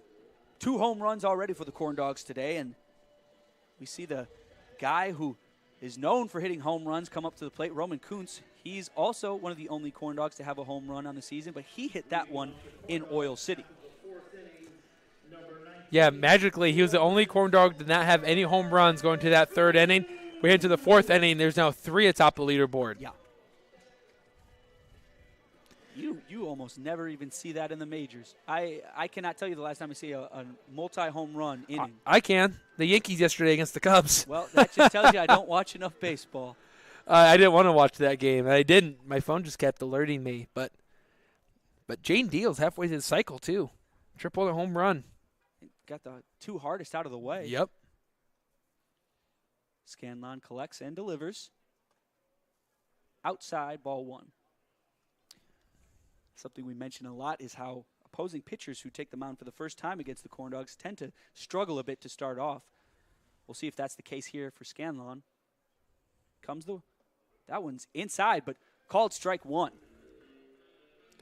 Kuntz was crowding the plate on that one a little bit, and his jump back wasn't enough to convince ump that that one was inside. Here comes the 1-1. Decent contact. That one's fouled straight back. 1-2.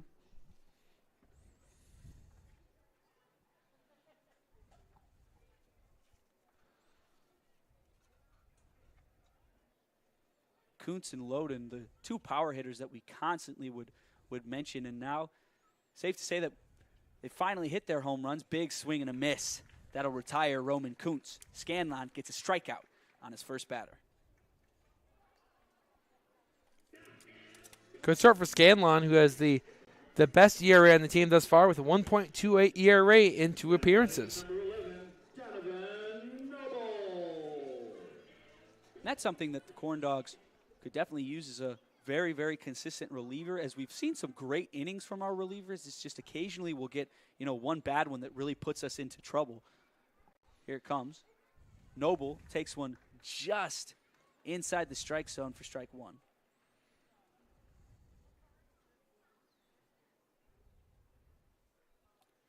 Here comes the 0-1. That one's good contact by Noble. That's going back. But Gabe Cortez is on the warning track to get the out.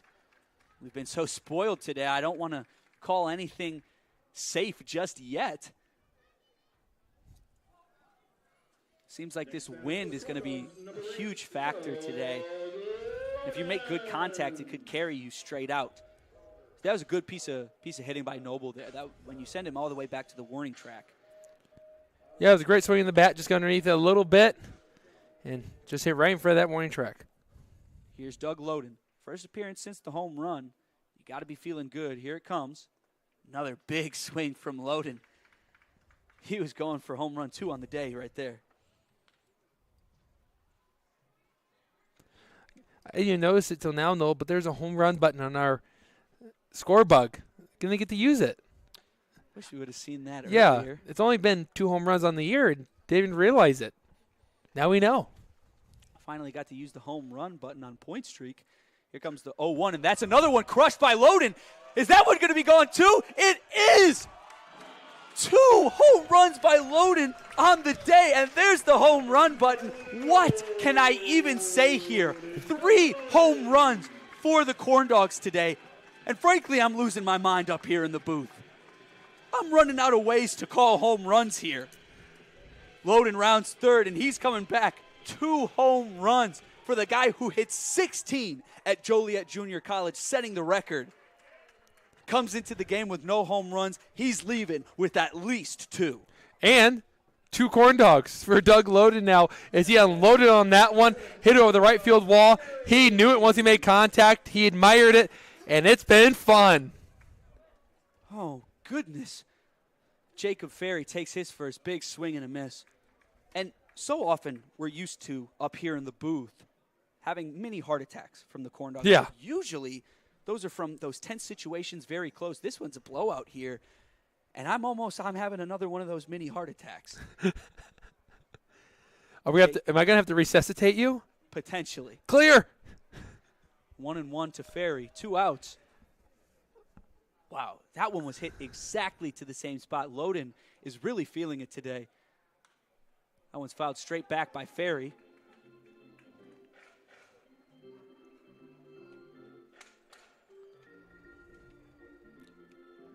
And I just feel so spoiled up here in the booth today, being able to see all these home runs. Wow. Special day for the Corndogs, especially the Cancer Resource Center here. That one's outside. Ball 2. And what a great game for them to be able to witness here. I mean, you literally cannot ask for anything better than this. Here comes the 2-2. It's good contact made by Ferry. That one might drop in the gap, but no. Gabe Cortez cuts it off. That'll end the inning, but not before Doug Loden strikes again. 8-0 Corn Dogs. We will be back after this.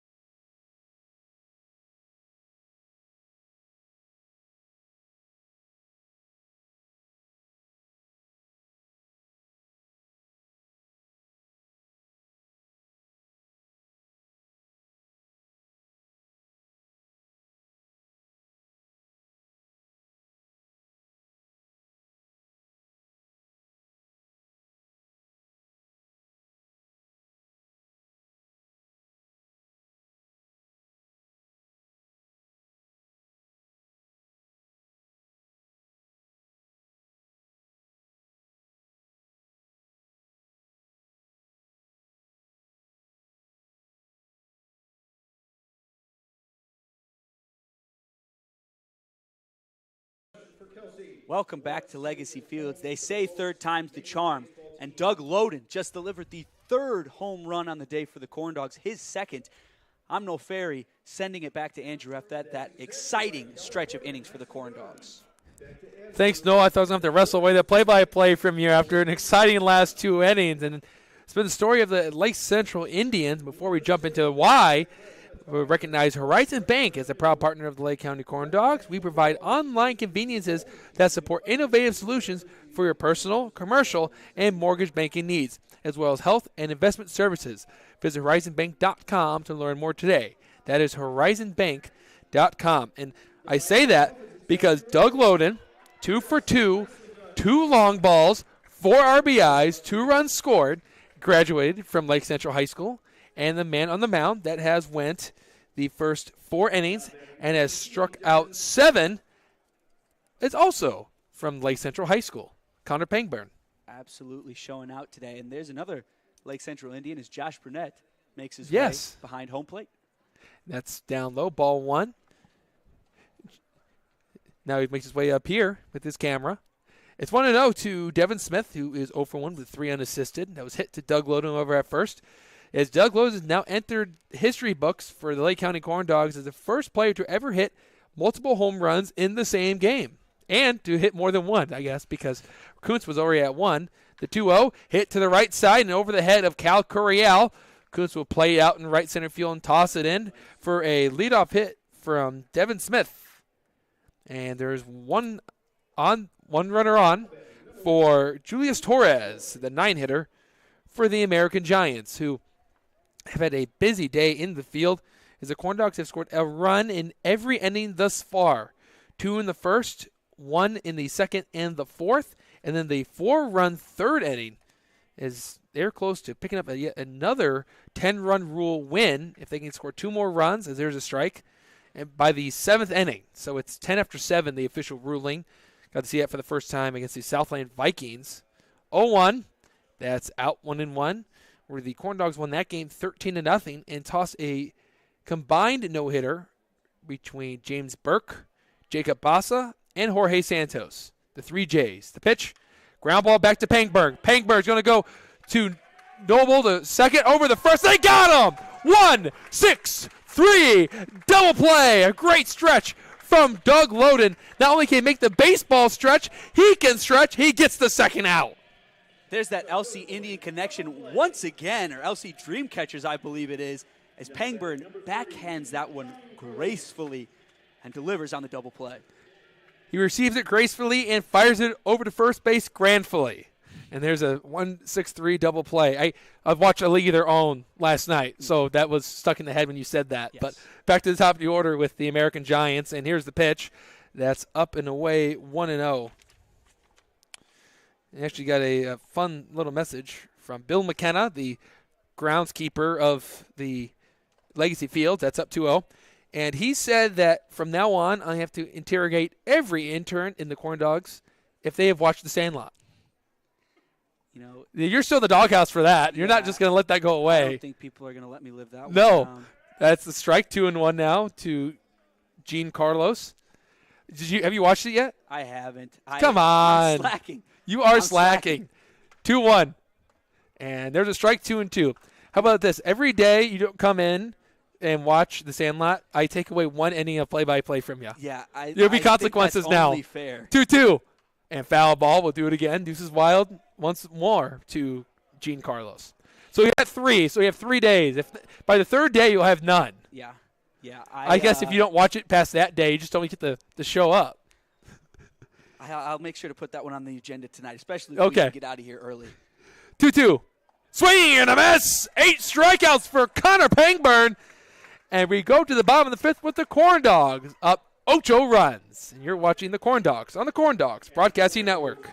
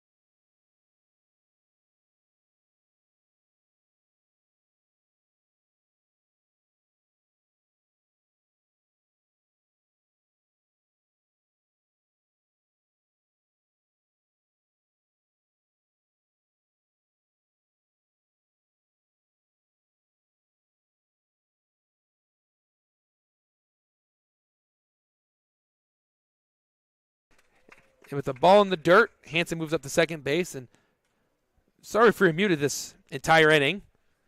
But Scott Hansen got the RBI single. And also in this inning, Schultz scored on the E6 from Josh Carter, who made a fielder's choice and made a low throw. It's 2-1, 2 outs, the pitch, and Kuntz hits one to the left and out of play, and it's 2-2. Well, good thing that technical difficulty there by us did not happen in those exciting innings where the Corndogs hit 3 home runs in 2 innings. But we make mistakes too. It happens. Yeah, and not to mention, none of the calls were lost themselves as we've been recording here just in on case. the secondary device. Yeah, just in case there's another home run. We want to get the reactions. Roman Kuntz chokes up on his bat on a 2-2, 2 outs pitch. Runner on second. Deuces all across the board. Here's the pitch.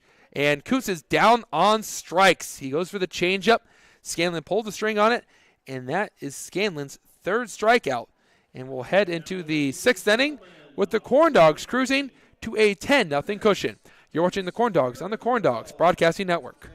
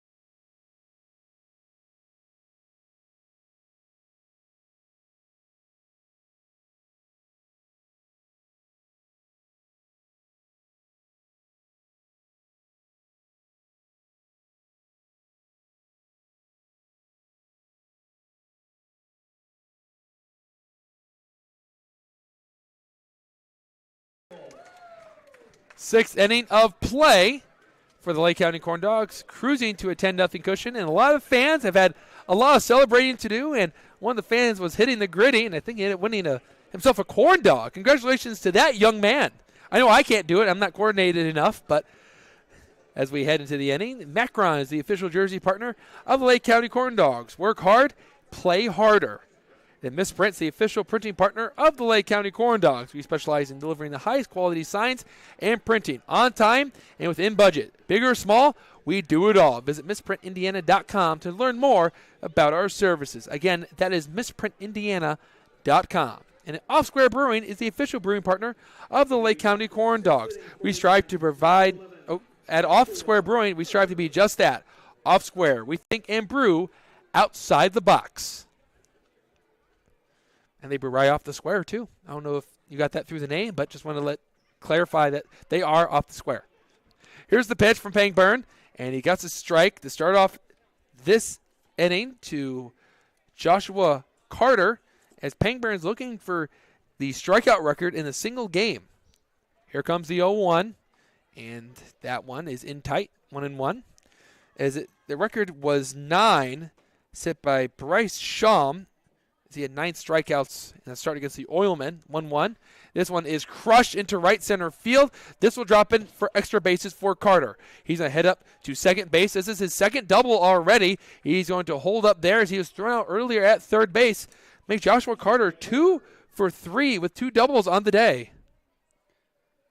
Yeah, that was earlier in the game when he tried to run to third. It was an ill-advised throw. He wasn't expecting it. It didn't really get the bounce off the fence and on the ground that he would have wanted, as Terry didn't really bobble it that much at all, which is how he was able to get the throw there in time. Well, Payne still working. He's throwing a shutout. That's in the dirt. Deal blocks it. He's going to throw down the third, and Hansen applies the tag, and it's not in time. Great read by Johnson. Or actually, Joshua Carter. He'll be at third base. It's Bobby Spencer at the plate now with a runner on third. That game for Bryce Shawm was the first game ever at this ballpark for the Corndogs. Chopper to the left side and foul. As he went 5 2/3 innings, allowed 1 hit, no runs, 1 walk, and struck out 9 that day. And I believe someone else either tied it or had gotten really close to the 9 strikeouts. I believe it was Rex Stills with 8. 1-1, swing and a miss. Went fishing for that slider. Came up empty as the bass took the bait off the line, and it's 1-2. I'm not sure why I went with bass, but You a big fisher? not really. That's in the dirt, 2-2. I'm the type of guy that gets scared when he has to take the worm and try to put it on the hook. How about you? Fish give me the creeps. Explain how fish gives you the creeps. Well, see, I wanted to be a marine biologist when I was younger. Right. Pitch and foul ball. It hits off Deal. Deal was bent over at the hips as he tries to recuperate after taking a baseball off. Maybe the one area where he's not protected, that's his quad. Count will remain at 2-2. But I realized that it's probably not the right career choice for me as I discovered my immense fear of the ocean and, not specifically ocean fish, lake fish. Lake There's fish? Something about them, they just look dirty and Strange. deceptive. to me. Undeceptive. Good It word. looks like I can't trust them. 2-2. Swing and a miss. It was actually tipped into the glove of Deal. But that's now 9 strikeouts for Connor Pangburn, who has tied the record. And you were right. Frank Plezak did have 9 strikeouts in a game. It was against the South Lane Vikings on June 5th. And when he got the Corndogs, that was the game they came back and won it on the walk-off from Roman Kuntz, who got the ball four issued. The pitch, and that gets past the catcher. Deal's going to have a play at the plate. They apply the tag, and they got him. They got him. There's 2 outs. And that one just did not go far enough back. Another ill-advised base-running move there from the Chicago American Giants. I mean, that one barely even traveled that much further past the plate. That was an easy out.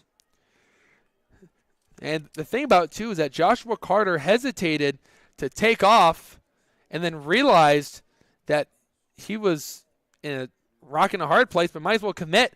And Deal didn't panic, made a nice, strong throw, and then Pangburn caught the ball and applied the tag. It was trying to see what the count is now after that exciting play. That was a strike. It's 1-1, so we can't confirm. It's 1-1. And Pangburn 1 strikeout away from the first Corndog to ever have double-digit strikeouts in a game. He's currently sitting at 9, tied with Sham and Plezak. Here's the 1-1 pitch, and that's up and in. Oof. That was too close for comfort for everyone in the ballpark at court, and even Ryan Nelson, who's at the plate, especially him, as that one sounds like trouble. It's 2-1. Pangburn wastes no time. He fires, and a swing and a miss. Off the table slider. 2-2 now with 2 outs. If he gets a strikeout, he will stand atop the most strikeouts in a game. It would be a fun night for the Corndogs if they can see another record be broken. The pitch. And out of the glove of Deal. That one must have been just out. Counts now 3-2. So Pangburn, who's up to 89 pitches on the day. May see his day coming to a close soon. That's because of pitch count. 3-2. And the foul ball through the 5-hole of Jaden Deal, who tried to bring that ball in. If you tip the ball into the glove of the catcher, it goes down as a strikeout. But we'll do 3-2 one more time to Ryan Nelson, who's 0 for 2 with 2 strikeouts, as he was number 3 and number 6 for Pangburn. Pangburn's a lengthy right-handed pitcher. It's in PNW next season. 3-2. Swing and a miss. 10 strikeouts for Connor Pangburn. It's a new franchise record. He reaches double digits for the first time. We'll go to the bottom of the 6th with the Corndogs up 10-0. And you're watching the Corndogs on the Corndogs Broadcasting Network.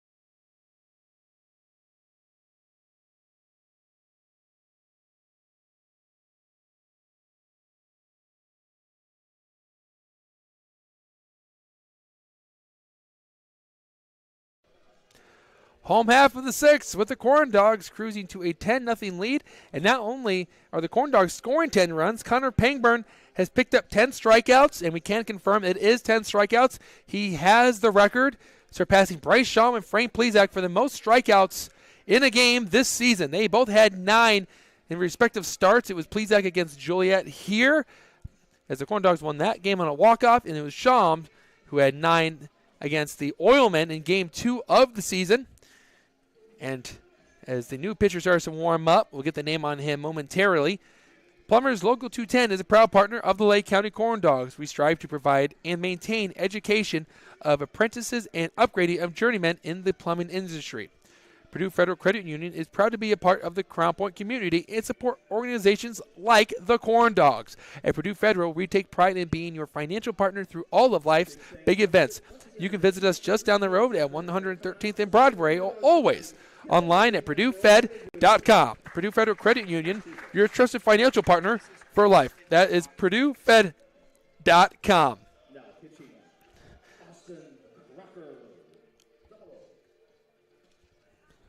And the University of Chicago is proud to be the exclusive medical provider of your Lake County Corndogs. U Chicago Medicine is a leading community of physicians, researchers, and game changers that make a difference in your life. U Chicago Medicine at the forefront. And I think it's safe to say that our game changer tonight has been Doug Loden and Connor Pangburn just locking down the American Giants, and then for Loden, getting some runs. And the Corndogs, because of that run rule, it come down to if the coaches want to agree on the 10-run rule, but most of the time they do. The Corndogs would move to 10-4 on the year. It'd be 8-0 at home, and it'd be a big win before they have to head back to Hammond to take on the Vikings, somewhere they haven't won a game yet. I mean, it was a disappointing loss last night, especially it ceased the momentum they got after the 2-game losing streak. I mean, this is huge. This is a historic night for the Corndogs, and I know we say that a lot, but truly tonight is. Pitch to Noble is down and away, 1-0.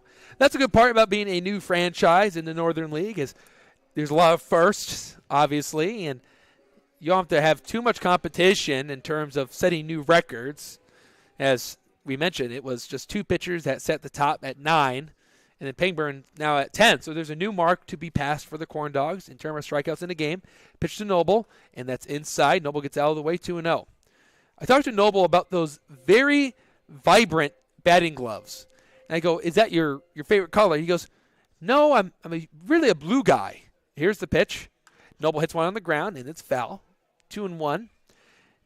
And I said, well, why those batting gloves? He goes, well, to be fair, it's the only ones I can really find. They hold up. I like them. Keep wearing them.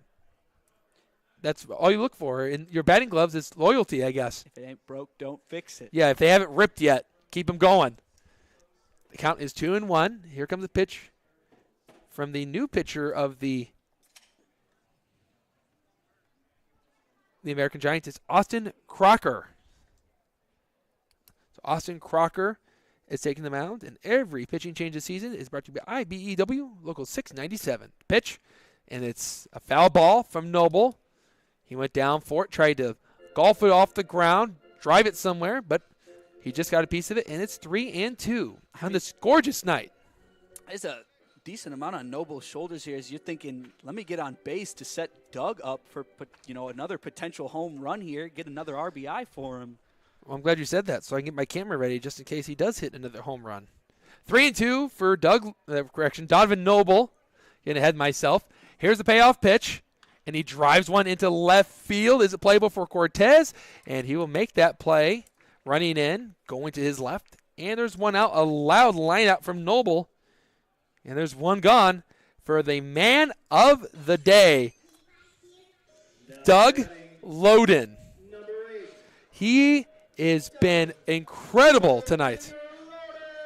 He has unloaded on 2 baseballs. One just got over the wall. The second was a no-doubter. Loden, he's ready to go. Can he get to the hat trick? Here comes the pitch. He thinks about it, lets it go by for a strike. That's all right, Doug. That's not your pitch. It's on that outside corner. No, Doug, you do whatever you want at this at-bat. You've earned it. You've earned to try and go for the turkey, which we talked about the other day. Exactly. I was thinking the same thing. Yeah. I'm glad we're both thinking about turkeys up here. And it's not even November. 0-1, one out, pitch. And that's down and away. Loden won't be able to drive that one out of the yard. 1-1. So Loden's in the record books. First player to hit 2 home runs in a game. The first player to hit beyond 1 home run in the season. So and there's that. First Corndog to hit a home run here in Legacy Field. That's also true. So he's all over the record books now. The former LC Indian. 1-1. And that's up and away. 2-1. Can't imagine we're going to see too many pitches right down the plate No. for Doug Loden anymore. If he does, it's going to be a mistake. And hopefully we can get a little excited. You already know the fans are tuning in to watch Doug Loden. The pitch. And Loden takes a huge cut. Really gets into those legs, but he fouls it off. 2-2. Even the foul balls are fun from Doug Loden right now. Talked to him before the game, and I mean, we already talked about it, that agreement on the Corndogs. And I guess I'm going to have to just give him a deep fried dog every time just to get him to put some over the wall. Counts 2-2. That's the pitcher warming up, and he fires, and that's ball 3. So we'll see a full count pitch coming to Doug Loden from Austin Crocker. And at this point, just walk him. But we want to see a little bit more action here tonight. As I told you, Noel, we just got to pray harder. Here comes the payoff pitch. And it's ball 4. Doug Loden does not really get a pitch to see in that at-bat for good reason. He's now reached base 3 times today. He has one unofficial at-bat with a sacrifice fly in the center. And here comes Jake Ferry, another player that could hit one over the wall. He's had great views of the 2 from Doug Loden. Maybe he can put one in the air and give the fans something to cheer about once more time. The Corndogs are 3 outs away from a potential run rule of the American Giants in the first meeting of the 2 youngest franchises in the league. Here's the pitch, the Ferry. It's the slider. It's a strike, and it's 0-1. From 0-0, Austin Crocker. Don't really see that in baseball. No. Usually it's just a single-digit 0, but never the 0-0. Only 0-0 that I can think of off the top of my head would be Carmelo Anthony. Ferry drives one into right field. It sinks down fast. It's in for a hit. They throw into second base. Loden is there. And the Corndogs are cooking one more time, trying to add more insurance runs as they try to make this a 7-inning ball game. The game started at 5:57, and we're just approaching the 2-hour mark. So a effective and efficient game for the Corndogs tonight. Here comes Tyler Schultz.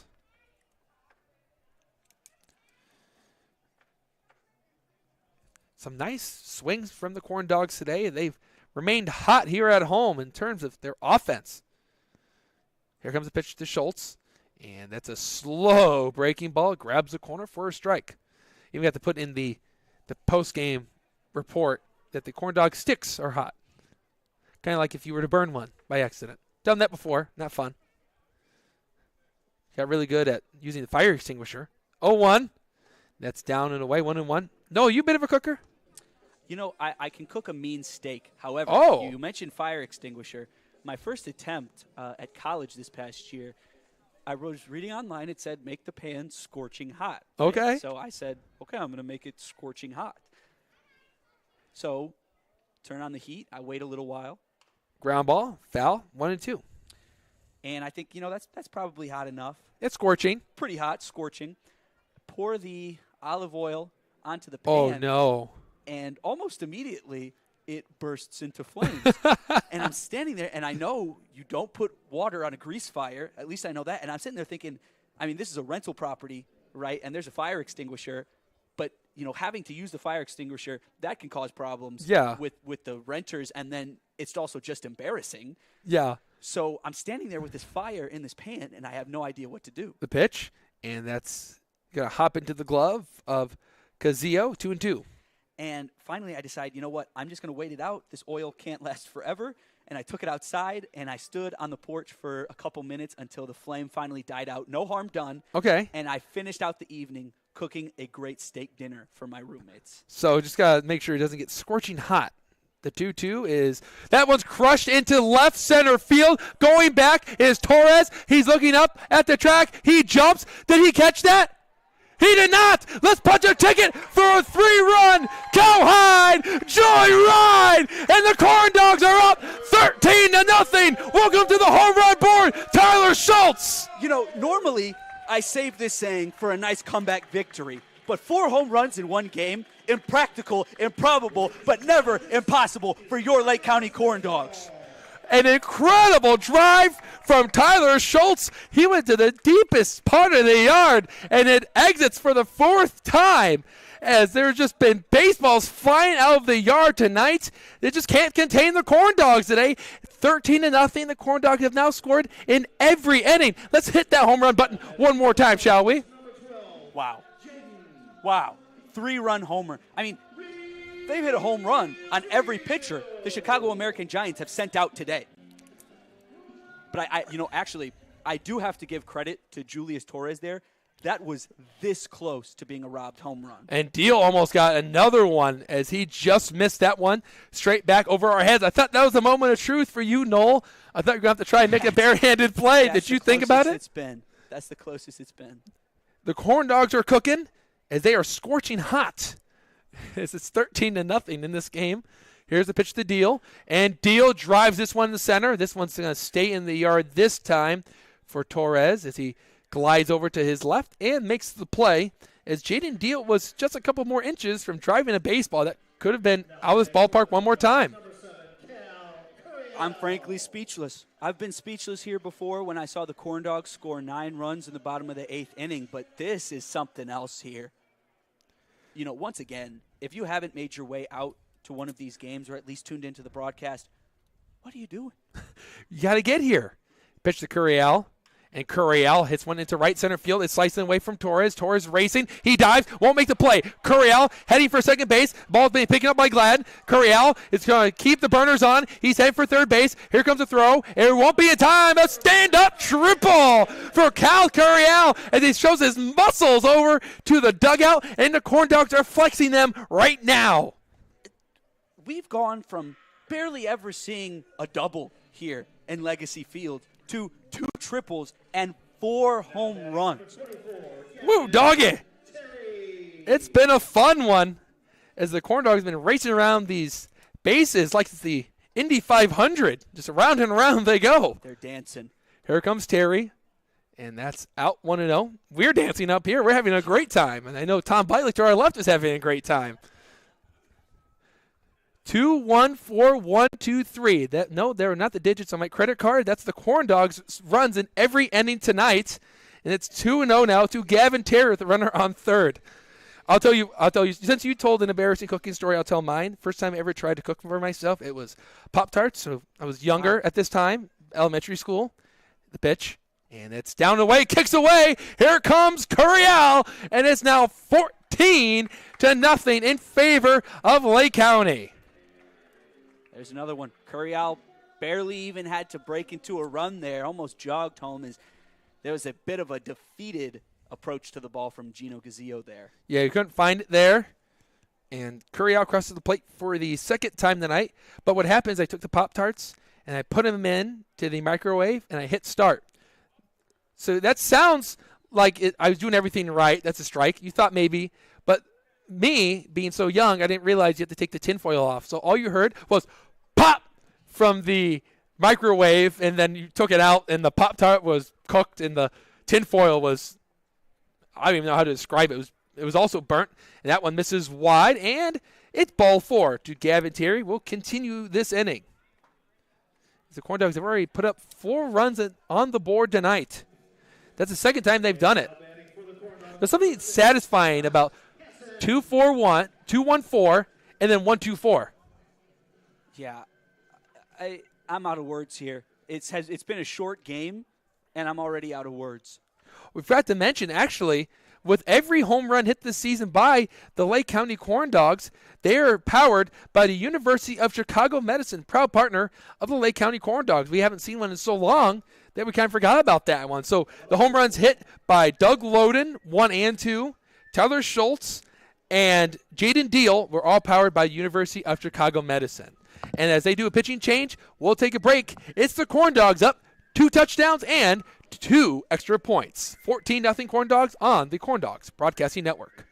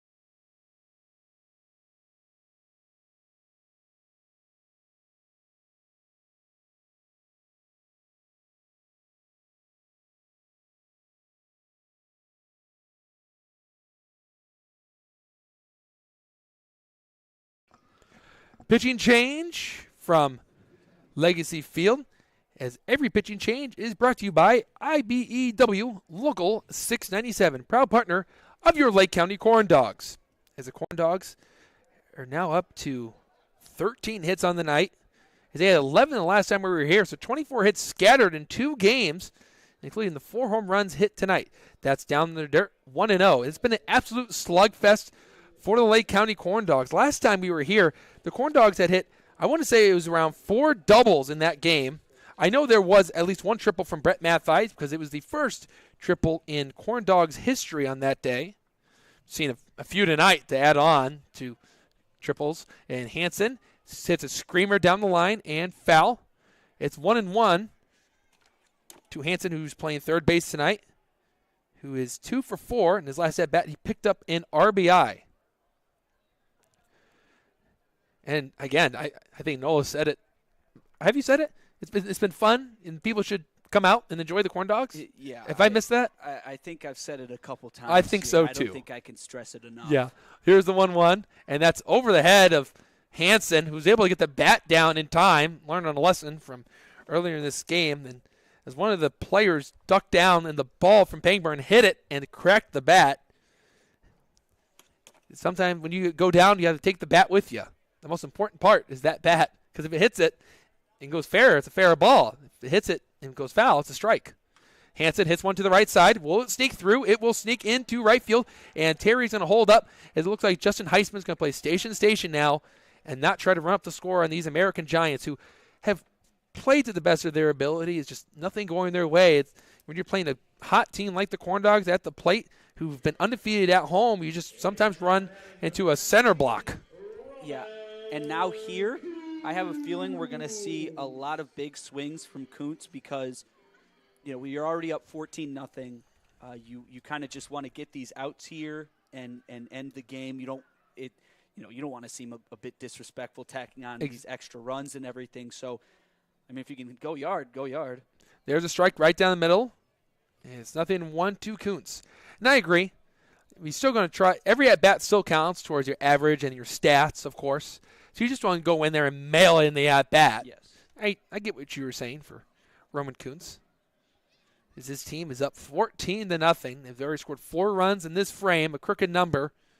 Not the first time we've seen 4 runs put up by the Corn Dogs. Here's the pitch, and that's a miss outside and 1-1.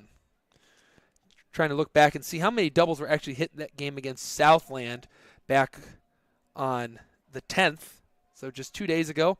It was 4 doubles in that game from Curiel. Here's the pitch, and Kuntz hits one to the right. He golfs it into right field, and Gavin Terry's going to hold up. Hansen's going to hold up. They had to hit the brakes. The throw from right field was a strong one from Gladden, and this inning will send up yet another hitter.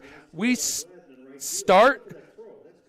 are now where we started with Donovan Noble, who lined out to left in a loud swing of the bat, and it just looks as though that every time the Corndogs get a hit, or maybe even one into the gap, Justin Heisman's just going to play it conservative, not run it up. His team's up 14-0, so you're allowed to do so. But again, it was 4 doubles that game from Curiel, Schultz, Johnson, and Sakamoto back on the 10th, and then Matthijs' triple. And tonight we've seen 4 home runs, a few triples from Deal and Curiel. Here comes the pitch from Devin Smith, and it's in there for a strike to Noble.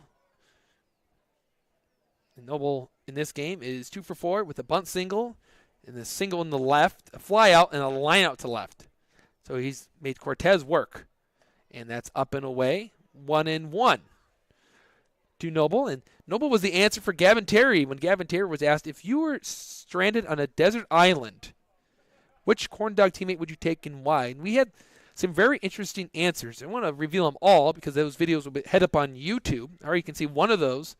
And that's in the dirt, skips past. Terry comes in from third. He touches home plate. And the score would be now 15-0 Corndogs. The fans get a little bit more to cheer about. And this is the most runs the Corndogs have scored in an inning in this game. It's now up to 5. And I think my favorite one from today was Scott Hansen. He dead-eye looked right into the camera. And he said, I would take Doug Loden. Here's the pitch. It's down low. It skips past one more time. And here comes Scott Hansen. And it's now 17-0 Corndogs. Oh, correction, 16-0 Corndogs.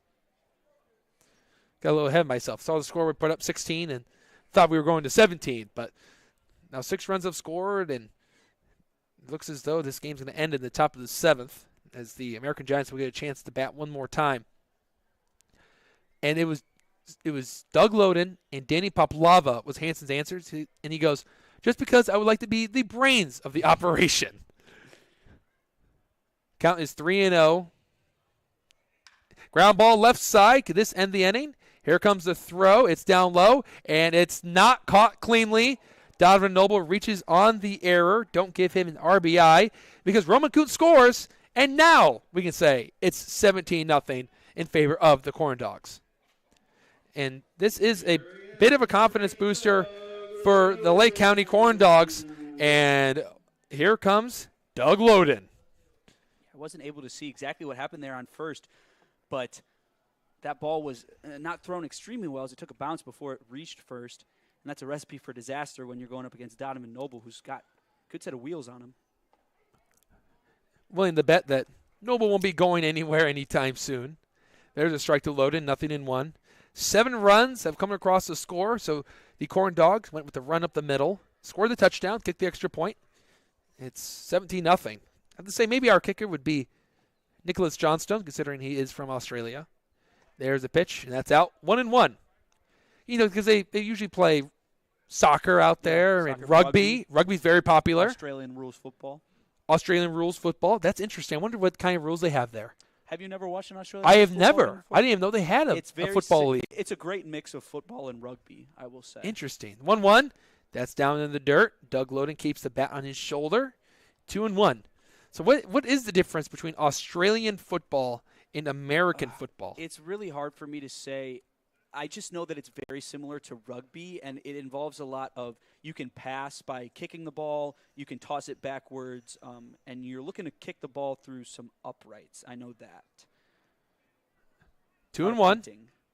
Runner at first. Here's the pitch. Oh, Loden took a huge cut.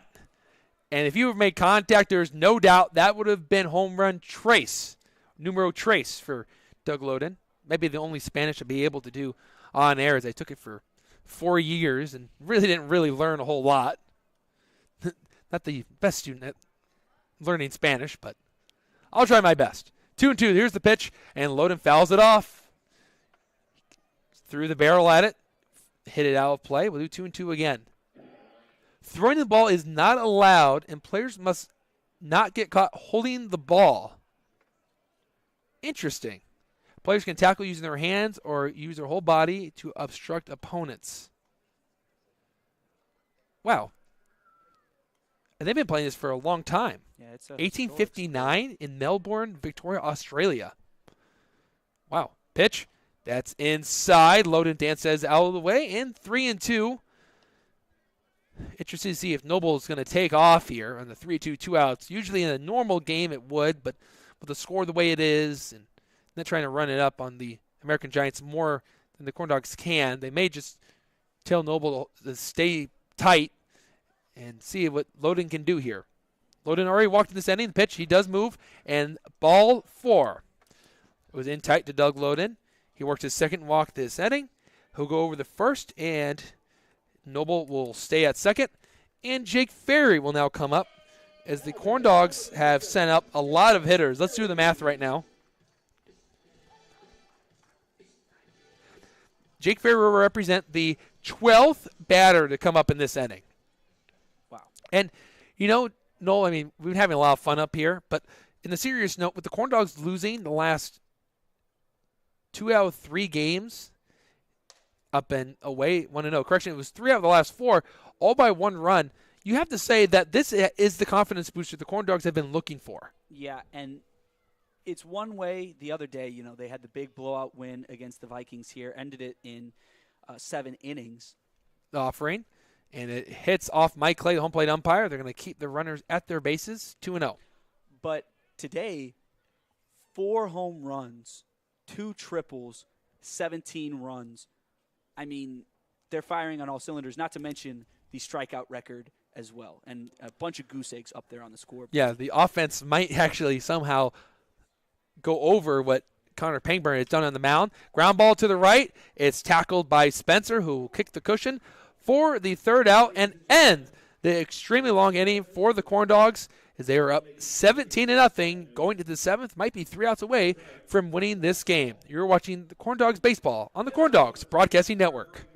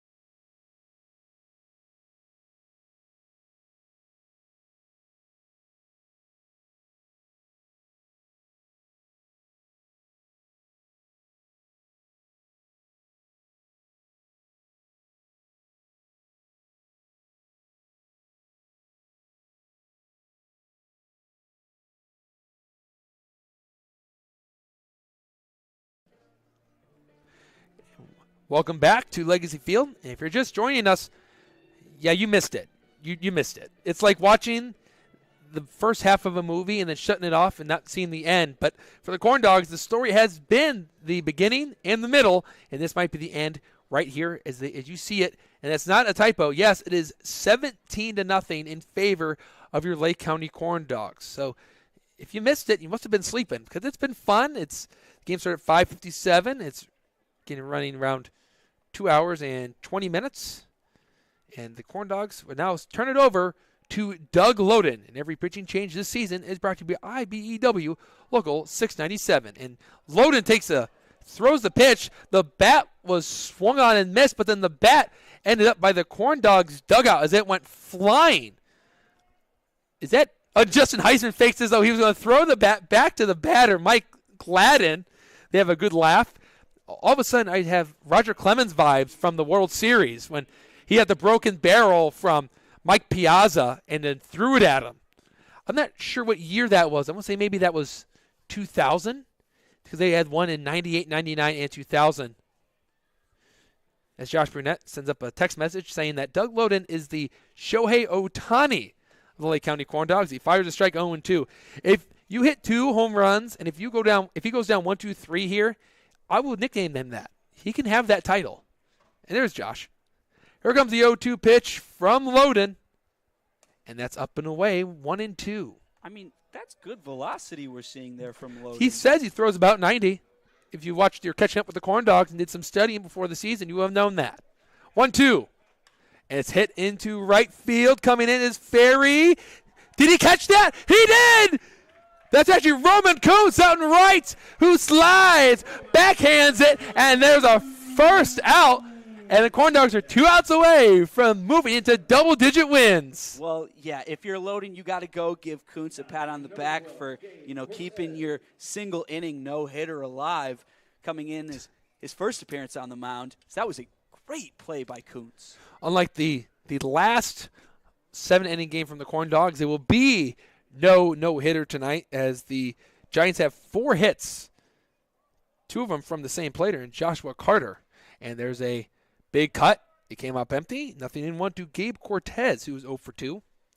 And Loden, you're right, he does have some very good velocity. Not only can he hit the ball a long way, he can also let it rip. 0-1. That's out, 1-1. And didn't know if Doug Loden was going to be able to pitch this season. He came in with a right arm injury. He was mostly the designated hitter for the Corndogs through the first couple of games of the season due to the shorthandedness. And there's a foul ball to the right, 1-2. Because high school was still going on, some college players were still playing in their conference tournaments, maybe even made their respective tournaments, as in the playoffs, not conference. And here comes the 1-2 and strike 3. Doug Loden not only picks up his first 2 home runs, he picks up his first strikeout as he is working his way to a potential Macron player of the game. Safe to say he's going to win it. Yeah, I don't think much could happen. Yeah, there's not much drama going in the player of the game department tonight. But Loden was a DH. He started off to a slow start because he had that arm issue and only played in, I want to say it was around 6 games for Juliet Junior College this last season. He fires, and there's a cut in the miss as Gino Cazillo climbs the ladder, and it's 0-1. 2 outs. Corndogs 1 out away from winning this game and moving to 10-4 and 8-0 at home. 0-1. And that's down low, 1-1. We have to change the name from Lake County Corndogs to the Ake County Corndogs because they don't get L's at home. No. Here comes the 1-1 pitch. Swing and a miss. Cazillo swings at a good fastball. He's behind 1-2. If the Corndogs win it right here, you'll hear the post-game show from Noel Ferry. The pitch, that's down low, 2-2, and then I'll go do an interview with our Macron player of the game, which I'm willing to bet it's Doug Loden. Because if he gets a strikeout right here, he'd strike out a pair of hitters, and the Corndogs would celebrate their 10th win. He's set to go along with pair of home runs. Here's the pitch. Fly ball, left side. Hansen's there. He's camped. He makes the play. Corndogs win. Hey, Corndogs win 17-0. They move to 10-4 on the year and 8-0 at home. It was fun to have you guys on the broadcast. We thank you. Don't go anywhere. We will have the Corndogs postgame show with Noel Ferry. Don't go anywhere. Corndogs win 17-0.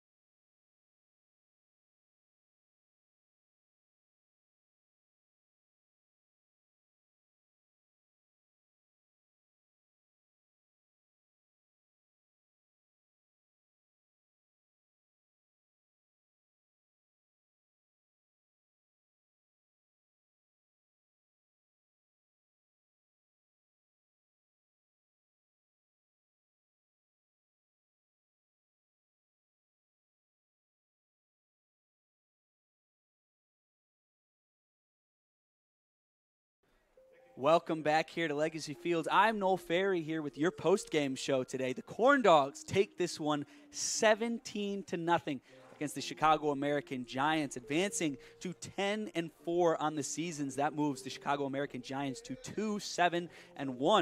Corndogs remain on top of the Northern League with the best record out of all 6 teams. And what a game we saw today. I mean, I was speechless after the 4th inning, and we saw even more runs be scored by the Corndogs. They scored almost any way you can think of. A couple wild pitches, a bunch of home runs. But first, let's go over the line scores from each game, from each side, that is. In total, the Chicago American Giants amassed 4 hits today, left 4 men on base. And, you know, when you only have 4 hits, it's hard to string anything together. Connor Pangburn able to have 10 strikeouts today for the Lake County Corndogs. What a game from him. He advances to 1-0. This was his first start for the Lake County Corndogs. Now, in terms of the Corndogs put up 15 hits today, 5 of those coming in the final inning, bottom of the 6th. I mean, they only played, 6 frames of baseball. That's insanely impressive. Left, plenty of guys on base with 8 men left on base, but, not too much to complain about when you score 17 runs. In terms of scoring today, we didn't see the Chicago American Giants cross the plate once, but the Corndogs scored in every inning that they were in, with Cal Curial being the one run that scored off of the 2 runs scored in the first inning. That is off the sacrifice fly from Doug Loden, and Scott Hansen, who scored, just was advanced. In the second inning, Jaden Deal reached on a sacrifice fly. He scored for the Corndogs. That sac fly came from Cal Curial. Then we saw them explode in the 3rd inning with 2 home runs, 1 hit by Doug Loden, 1 hit by Jaden Deal. 4 runs scored there for the Corndogs, a walk added on top of it, 2 walks actually. Then into the 4th inning, Doug Loden with his 2nd home run of the day. 1-run homer that time.